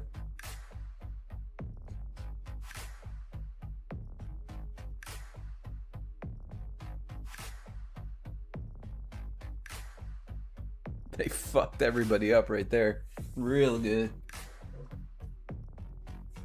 But honestly, pretty easy to spot. And I'm going to guess probably a flip on the 120. Absolutely. So that's what I consider a flip. Trap the buyers, trap the sellers there really strongly. A lot of negative delta, negative 293 delta right there. Still closing up as an up footprint candle. Very easy to spot. Didn't need to see the footprint on that. You could almost, I mean, you could use the volume bubbles there in that scenario. So I'm going to be a little careful here. Again, I'm going to be sitting on one contract. If I do get a flip here on the 60. Let's see, one contract. What kind of risk am I looking at here? Not too bad. Maybe 30 bucks of risk. And again, I need to see a flip. Ideally, what I'd like it to see is I'd like it to tap into value area low, but it could flip right off of this band right here at the 196. I also got to be careful. This could be a pivot. Like I just mentioned, big possibility of a pivot right there on the NQ. That was a very classic pattern for a pivot. Okay, there's, all right, they're showing strength here.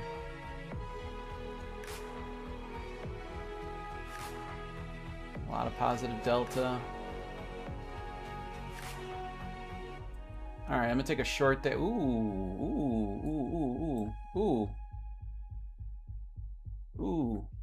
Go down, baby. Go down. Go down. Don't take my 30 bucks. You did. All right. All right, they took my 30 bucks there.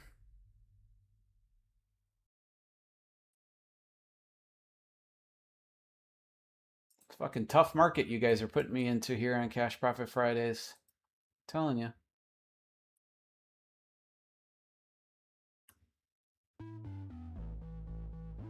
Nice little fight there. This could still work out here. Stop might have been a little too tight there, but that would have worked out.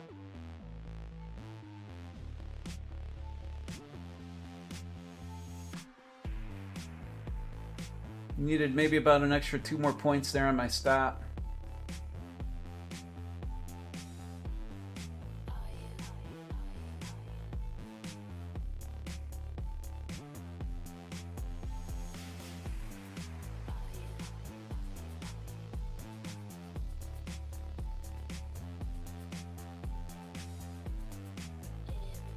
Let's get rid of this guy. Now what to do here?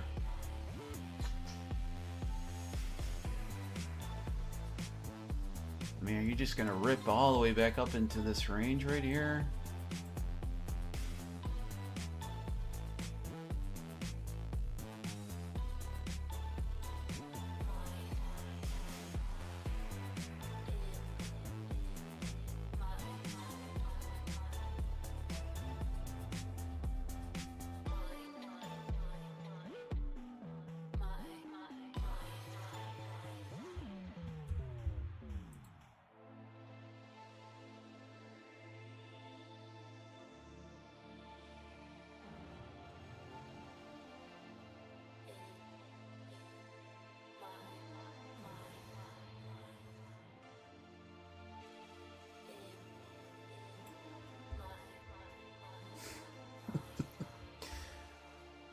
Oh man.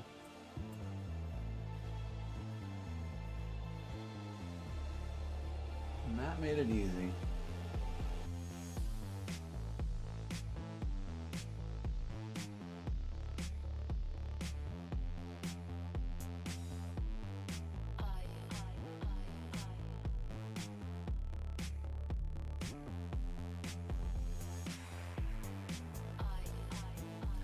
Say if I do take a short in this shaded area, my target's going to definitely be around this value area low, right before all of this liquidity that came in. Very, very probable target there.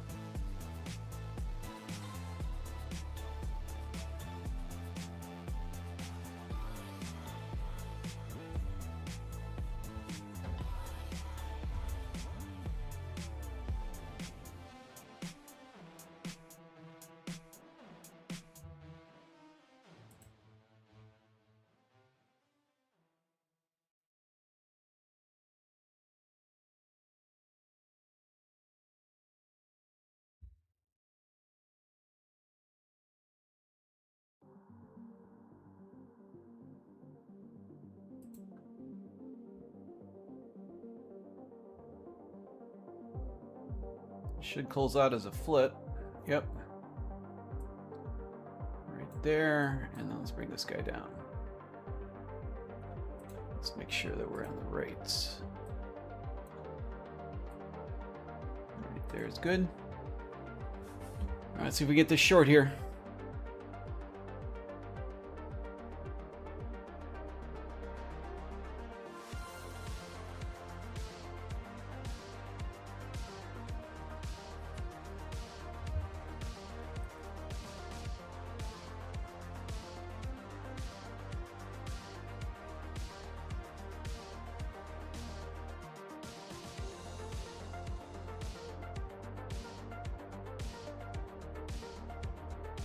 Got a few good pieces of probability down here. You've got a lot of volume that was left down here. They probably want to balance that out.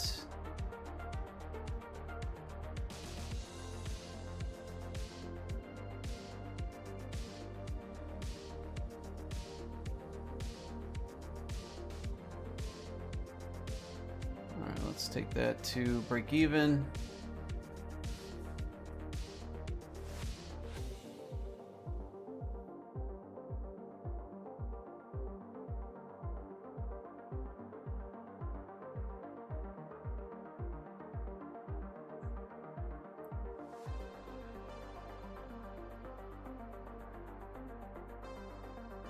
Got a break below here. Probably going to get stopped here for a break even again, but I'm okay with that. You can always look to regroup right into this little boxed area here. Yep. Let's see if they knew where my break even was at.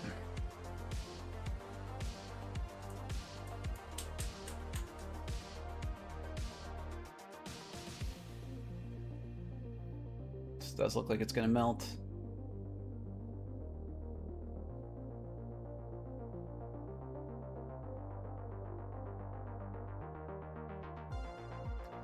Tough market, man. Tough market today.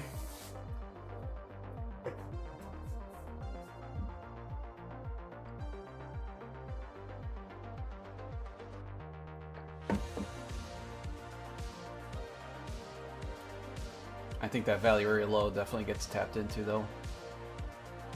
You probably swipe right into this area right here.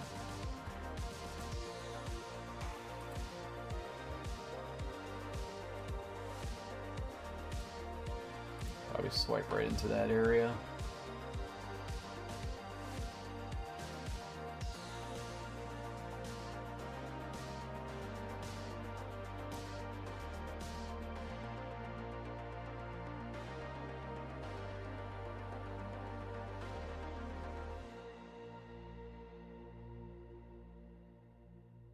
It's funny when you go to break even, you're praying more that the trade ends up losing than it does winning.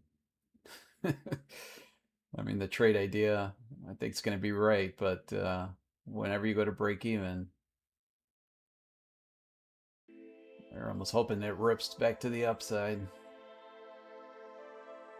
At least make it look at least a little smart. But I don't think so. I think it's going to go down to that value area low. Got a lot of volume down there to retest.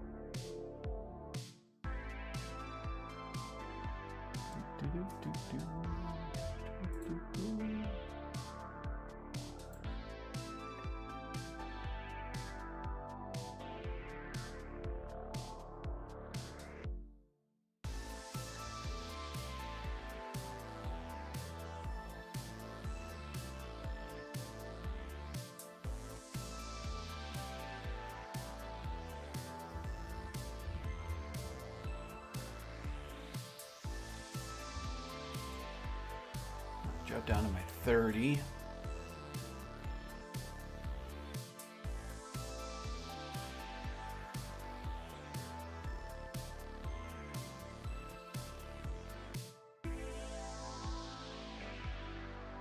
Only area I'd be interested in is right smack in this 28,269, 28,259. Pretty much the exact same trade idea with much less risk.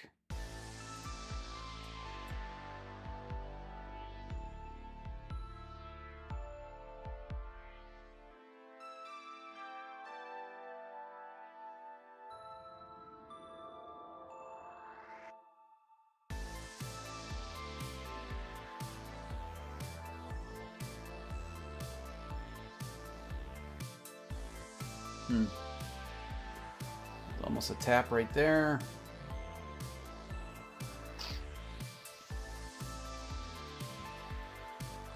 think I missed that one. I think I missed that one.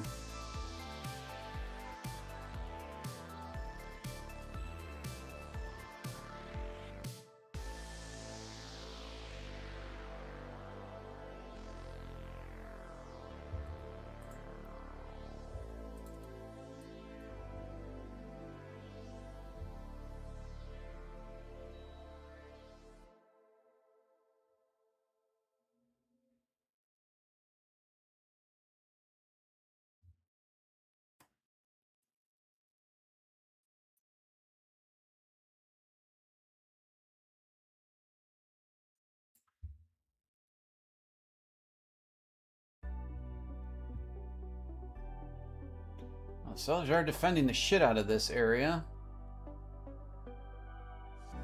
Is it worth taking another stab here?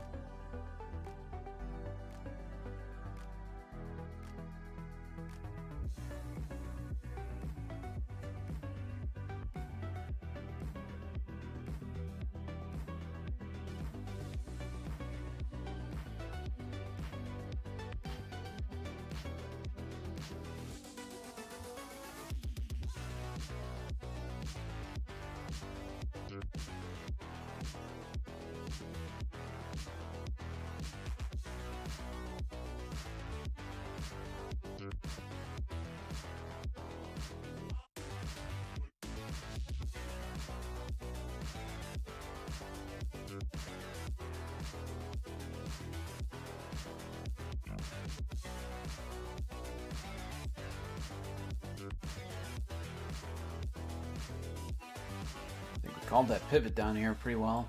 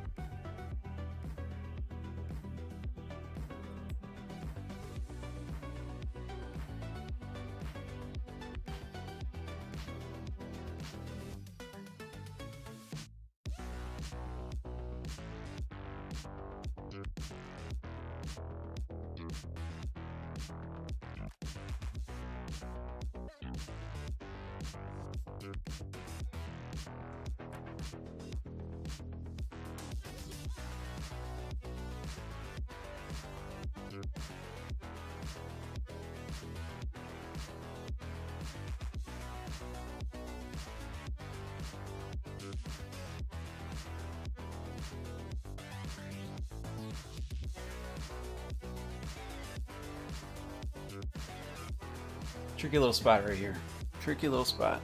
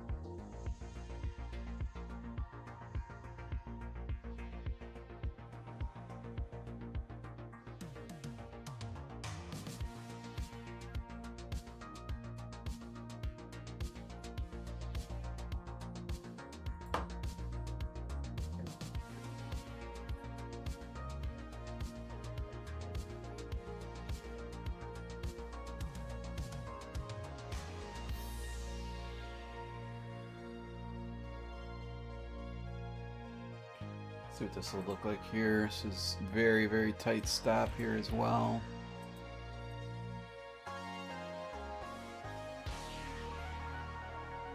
Might want to tap into that area right there.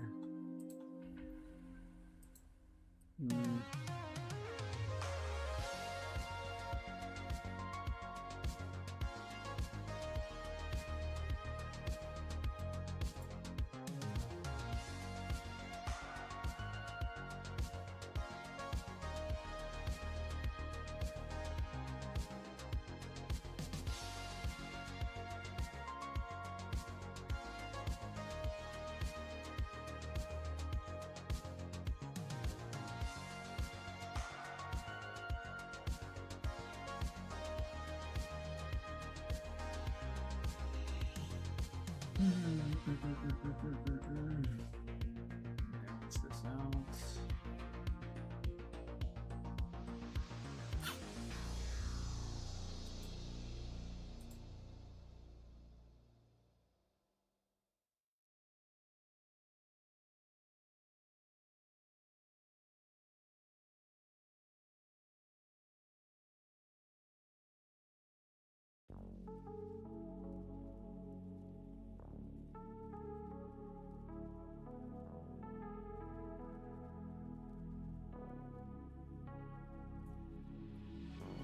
So might have trouble. So might have trouble in this area right here.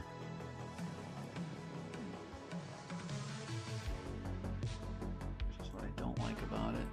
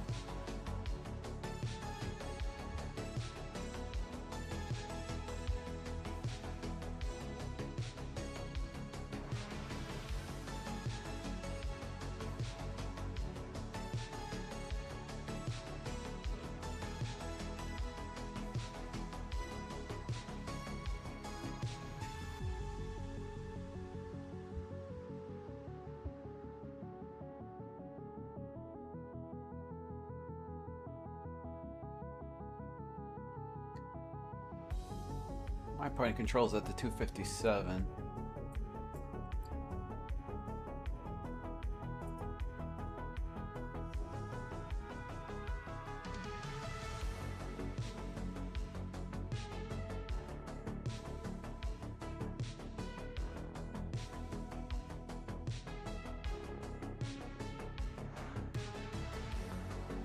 Point of control looks really, this little wick right here really kind of screwed that one up for me.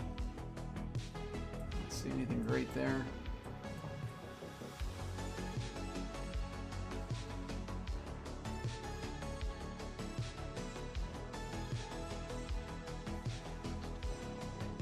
Spins just a tad.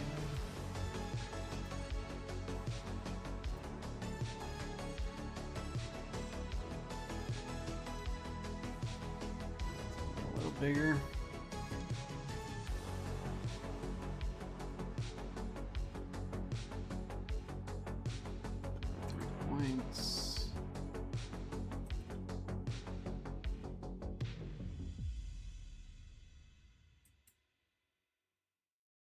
Do like where that target is at. Today's open.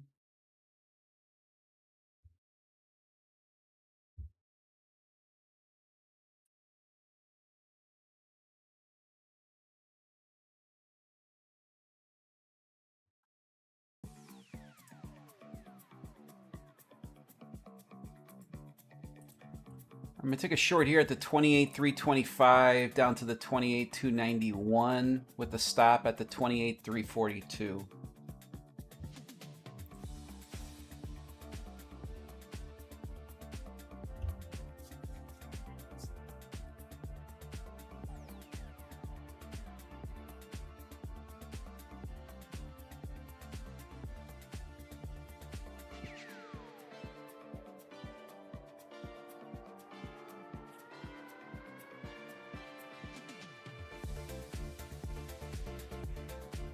Use the washroom for 1 second. Be right back.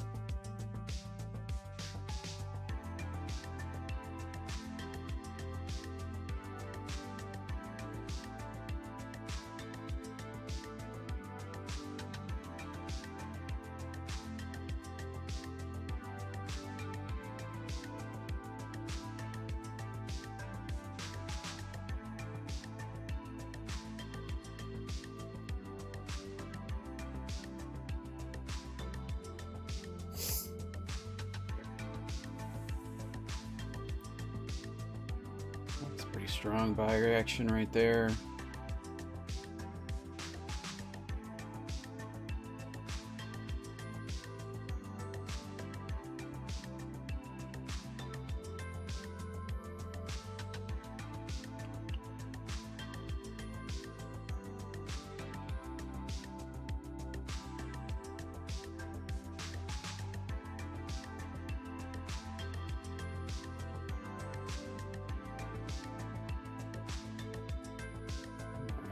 Looks like I'm cooked.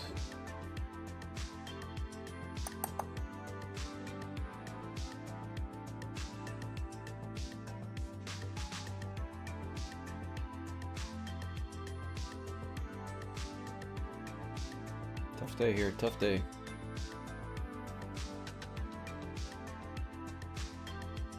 Ooh, does that look? That looks appetizing.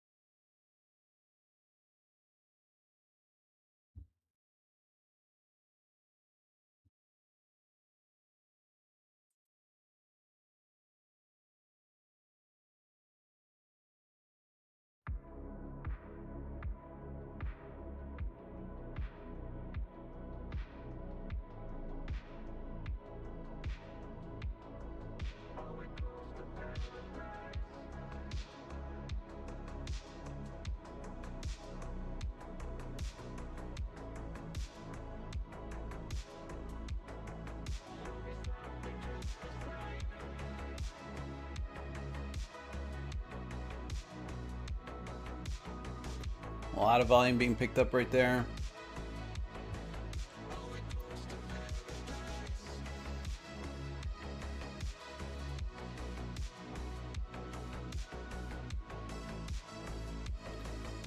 Should close out right here as a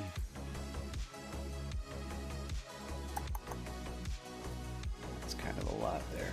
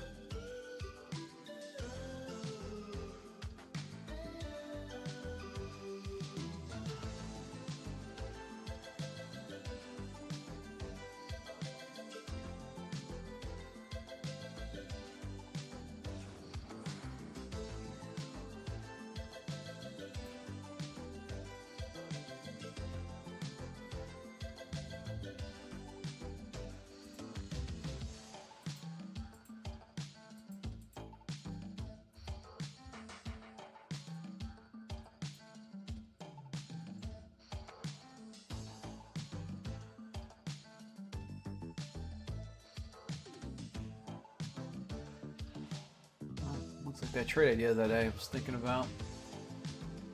I think it probably would have worked out okay.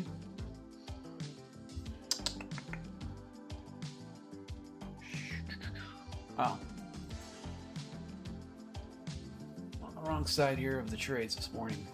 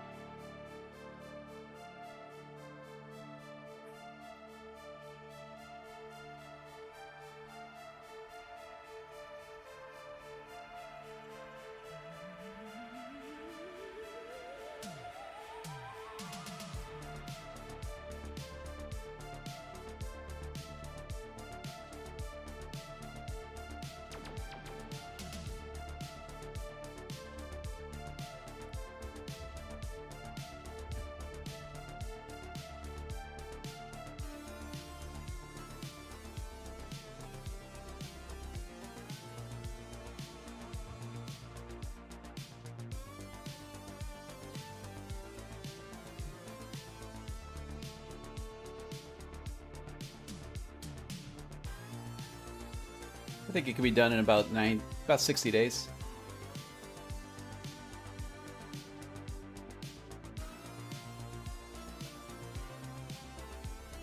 Good days like today, a lot longer than that.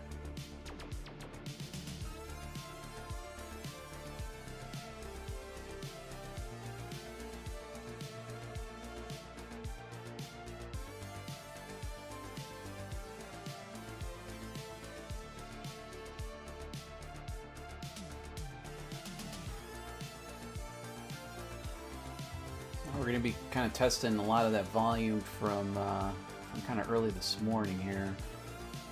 But again, I don't really love this to trade from a short here. I don't love it.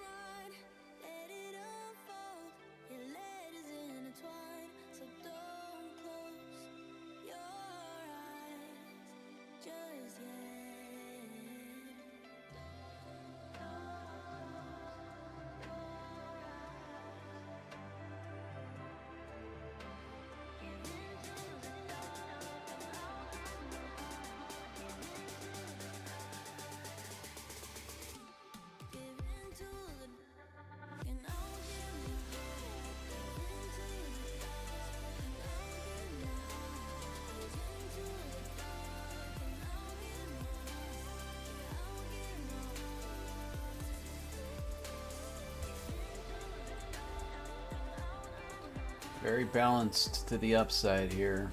Very balanced.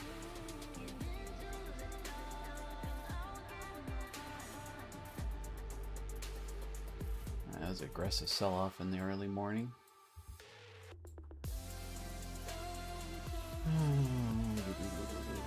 And we sit and wait.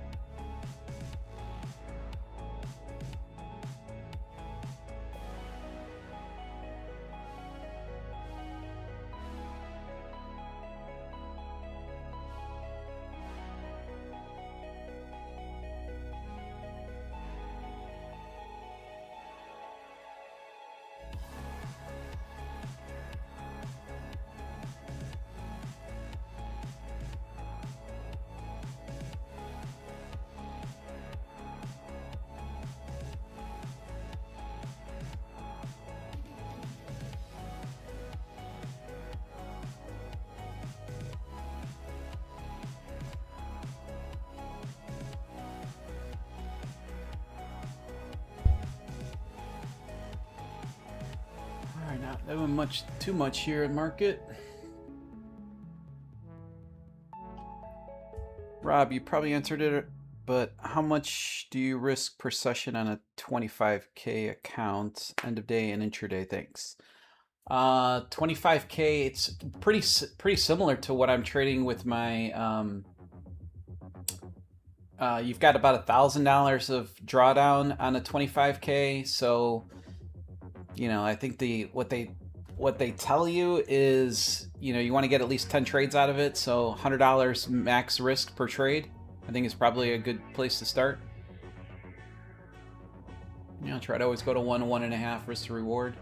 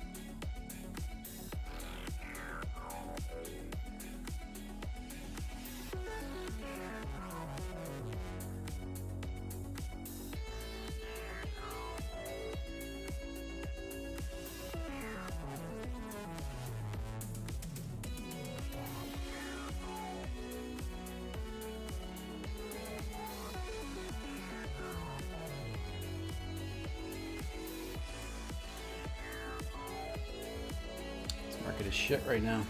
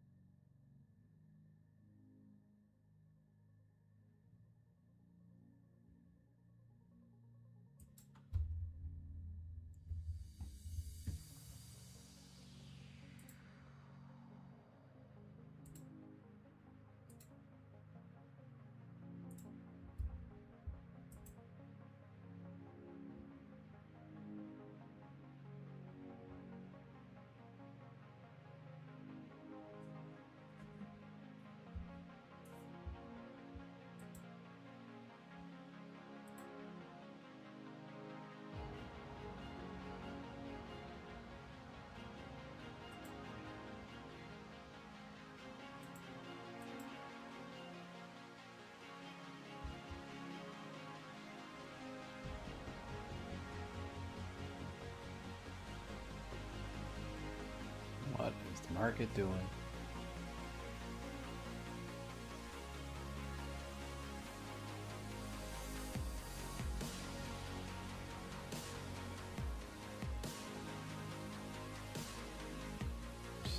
wall right here.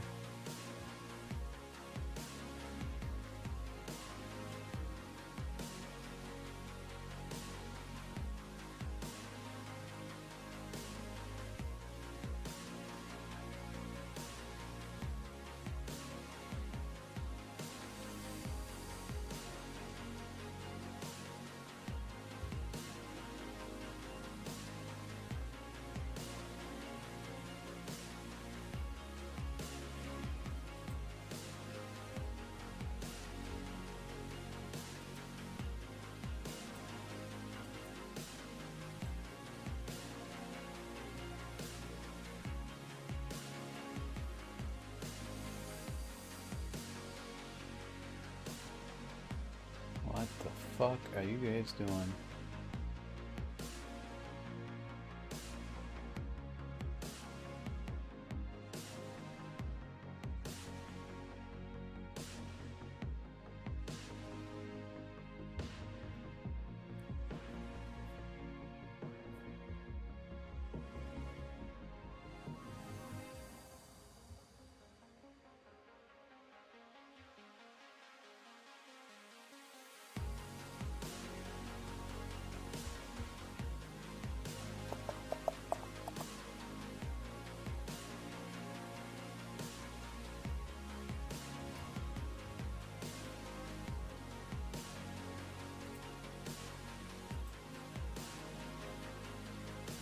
Let's see. So 860. So this is one of my accounts with Tradeify. This is a 25K. So this one's at 26004. Let's see what the other one is at. Overview. Where is it at? 26. That's it. And the other one's a 50K. And that 50K, I think you guys can see it right there. That one's 50,767 for that funded.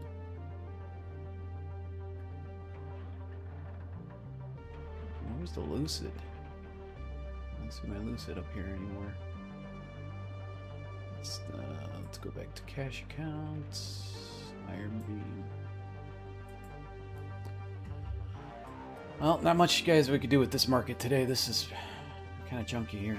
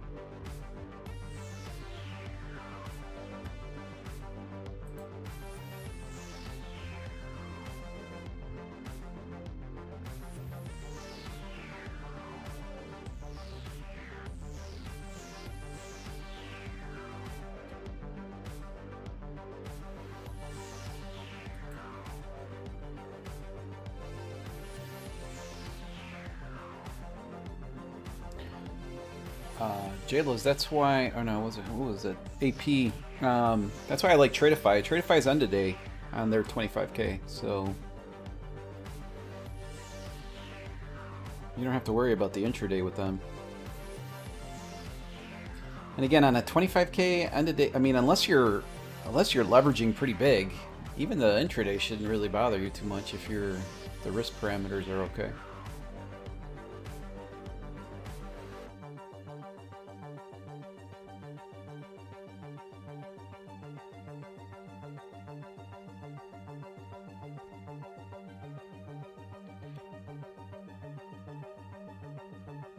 Business Lens, yeah, I'm going to be giving away, if there's no profit to be given, I will be giving away a Lucid Flex account here today. 50K.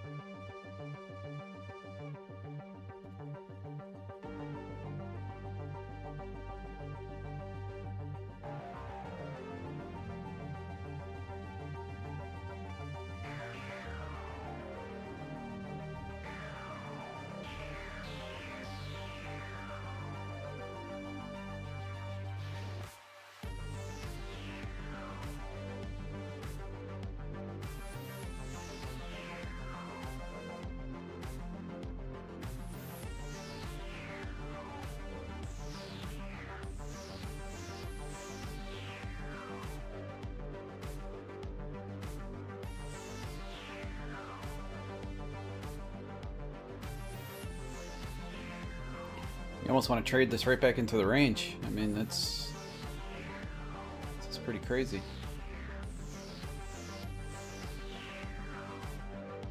It's definitely a good market, definitely a good model for the market makers right now.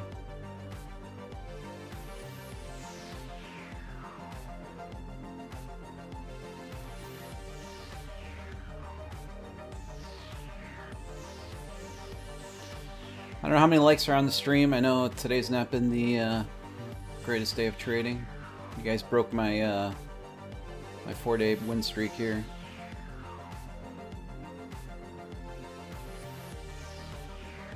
But such is life. Such is trading.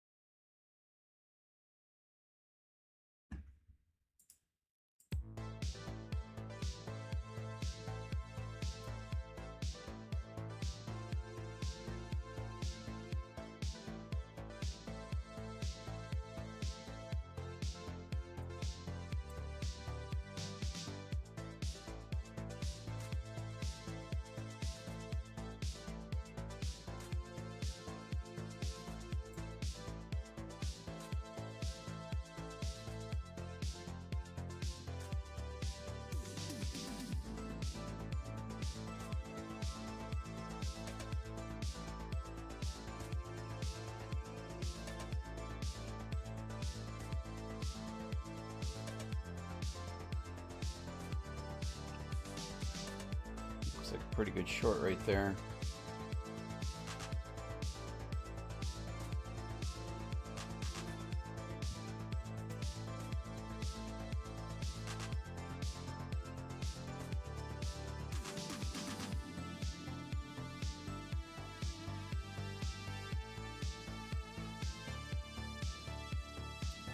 And take a quick short right there.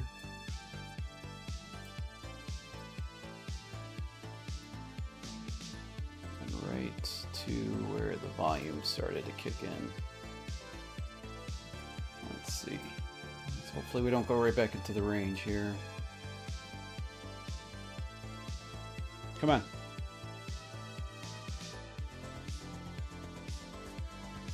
Come on. Come on.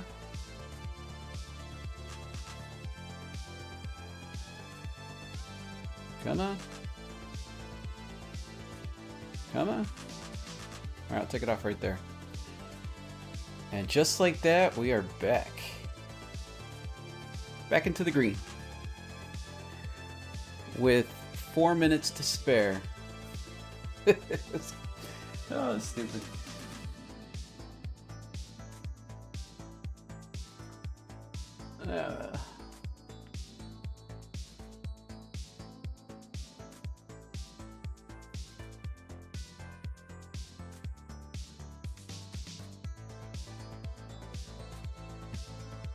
Thank you, sir.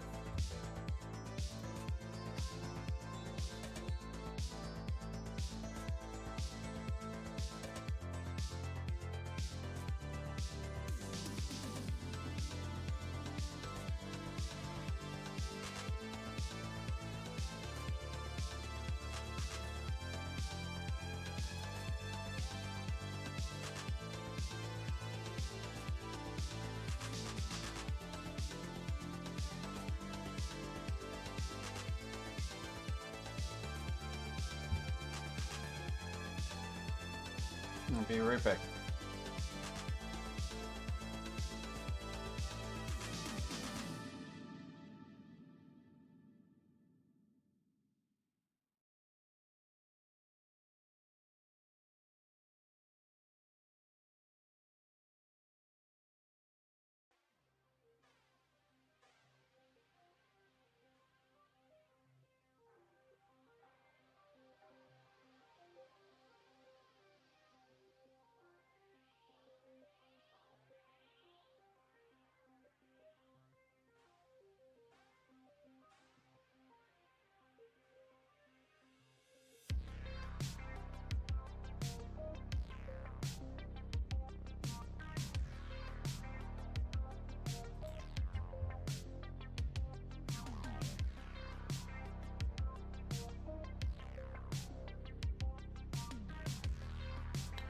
All right, I'll run a poll here. You guys answer what you guys want as a giveaway today. Start a poll.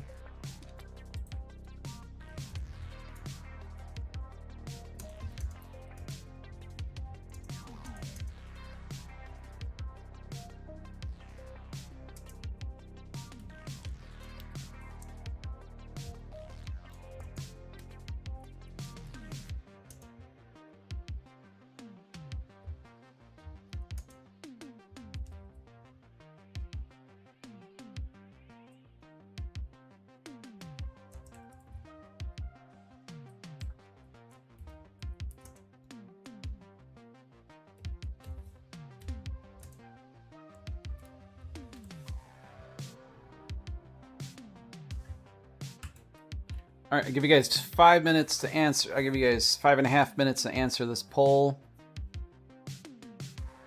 And we got to get the likes up on the video as well, on the stream. So you guys have a choice between $25 cash or a Lucid 50K Flex account. More value in the Lucid 50K, but I'll let you guys decide.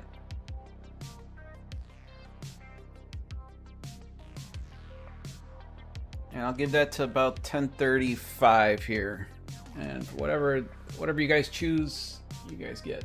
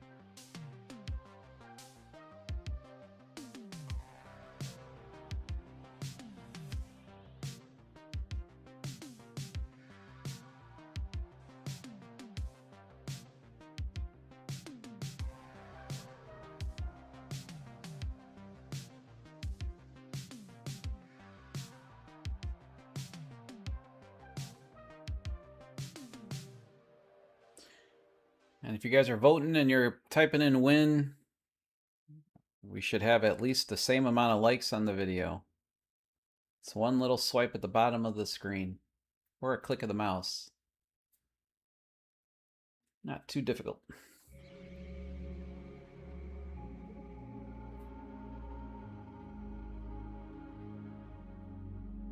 Tough day of trading, man. Shit.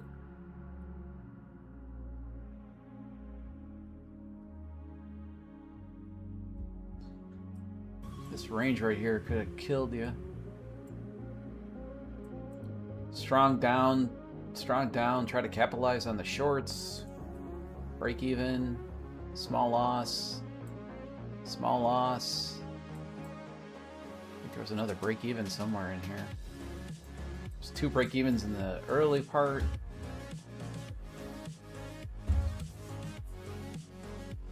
Tough morning though.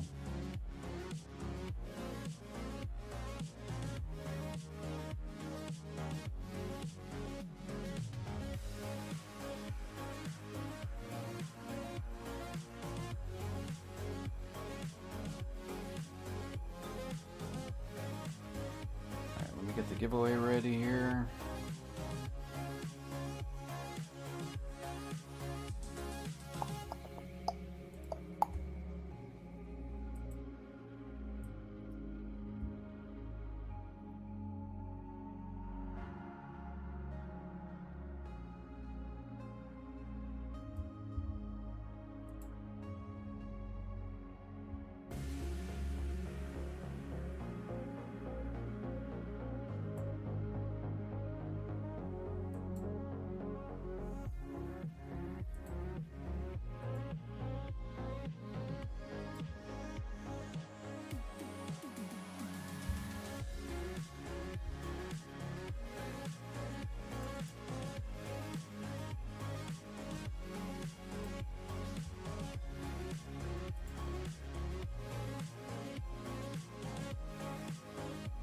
All right, 2 more minutes for the poll to be over.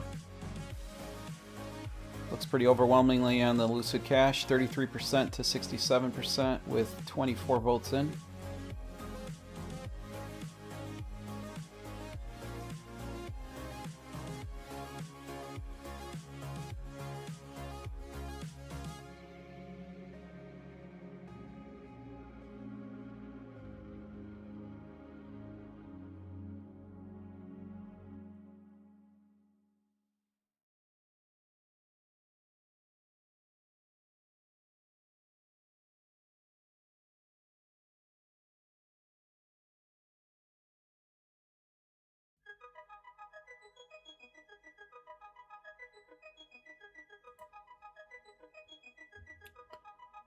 All right, 7, 6, 5, 4, 3, 2, 1.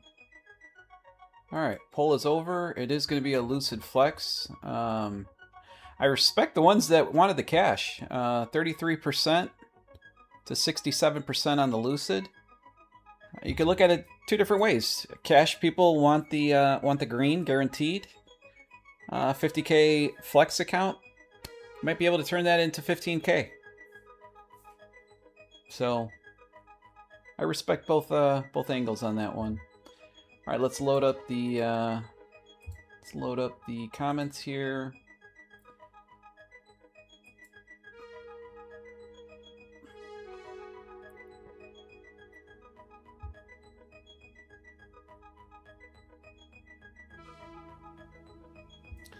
And this is going to be for a 50K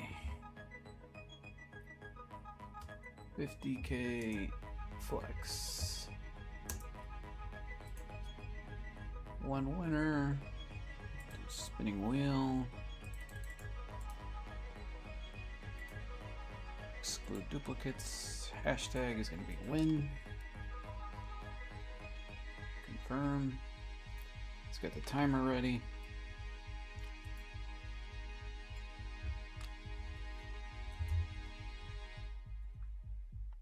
Timers a go. All right, 73 people in the giveaway. I think I got only 40 likes on there, so that's kind of disappointing. 30 Over 33 people did not like the stream, so hopefully I can do better with you guys next time. All right, here we go. Good luck. First of all, I want to say thank you always for the continued support. You guys are the best. I do try my absolute hardest for you guys and for myself every single morning. With that being said, good luck.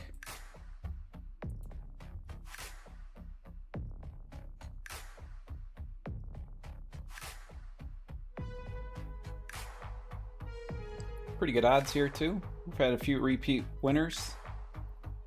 We've got a pretty loyal bunch of. All right, new winner at 01 time.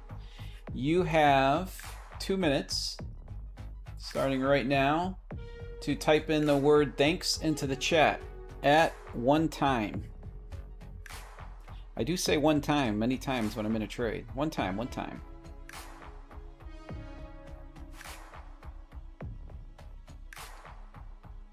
At 1 time, you've got 1 minute and 40 seconds.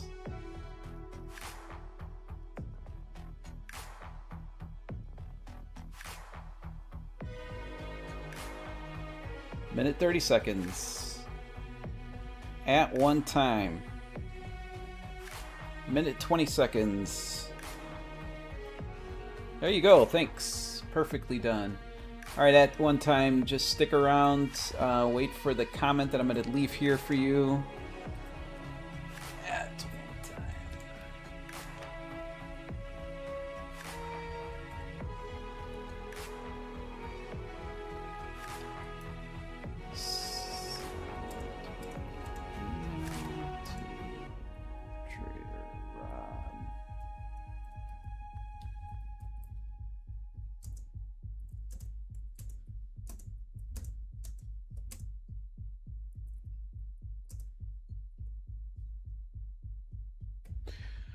Let's make sure I spelled that right. Yep. All right, there you go. At 1, send me a quick email. TraderRob@robstrades.com, and I'll send you over your code. This market was tough today, ladies and gentlemen. It was a grind for sure. And to be honest with you, a little bit of a Hail Mary here, but I did see some confirmation on volume coming in. We finally broke through on that range.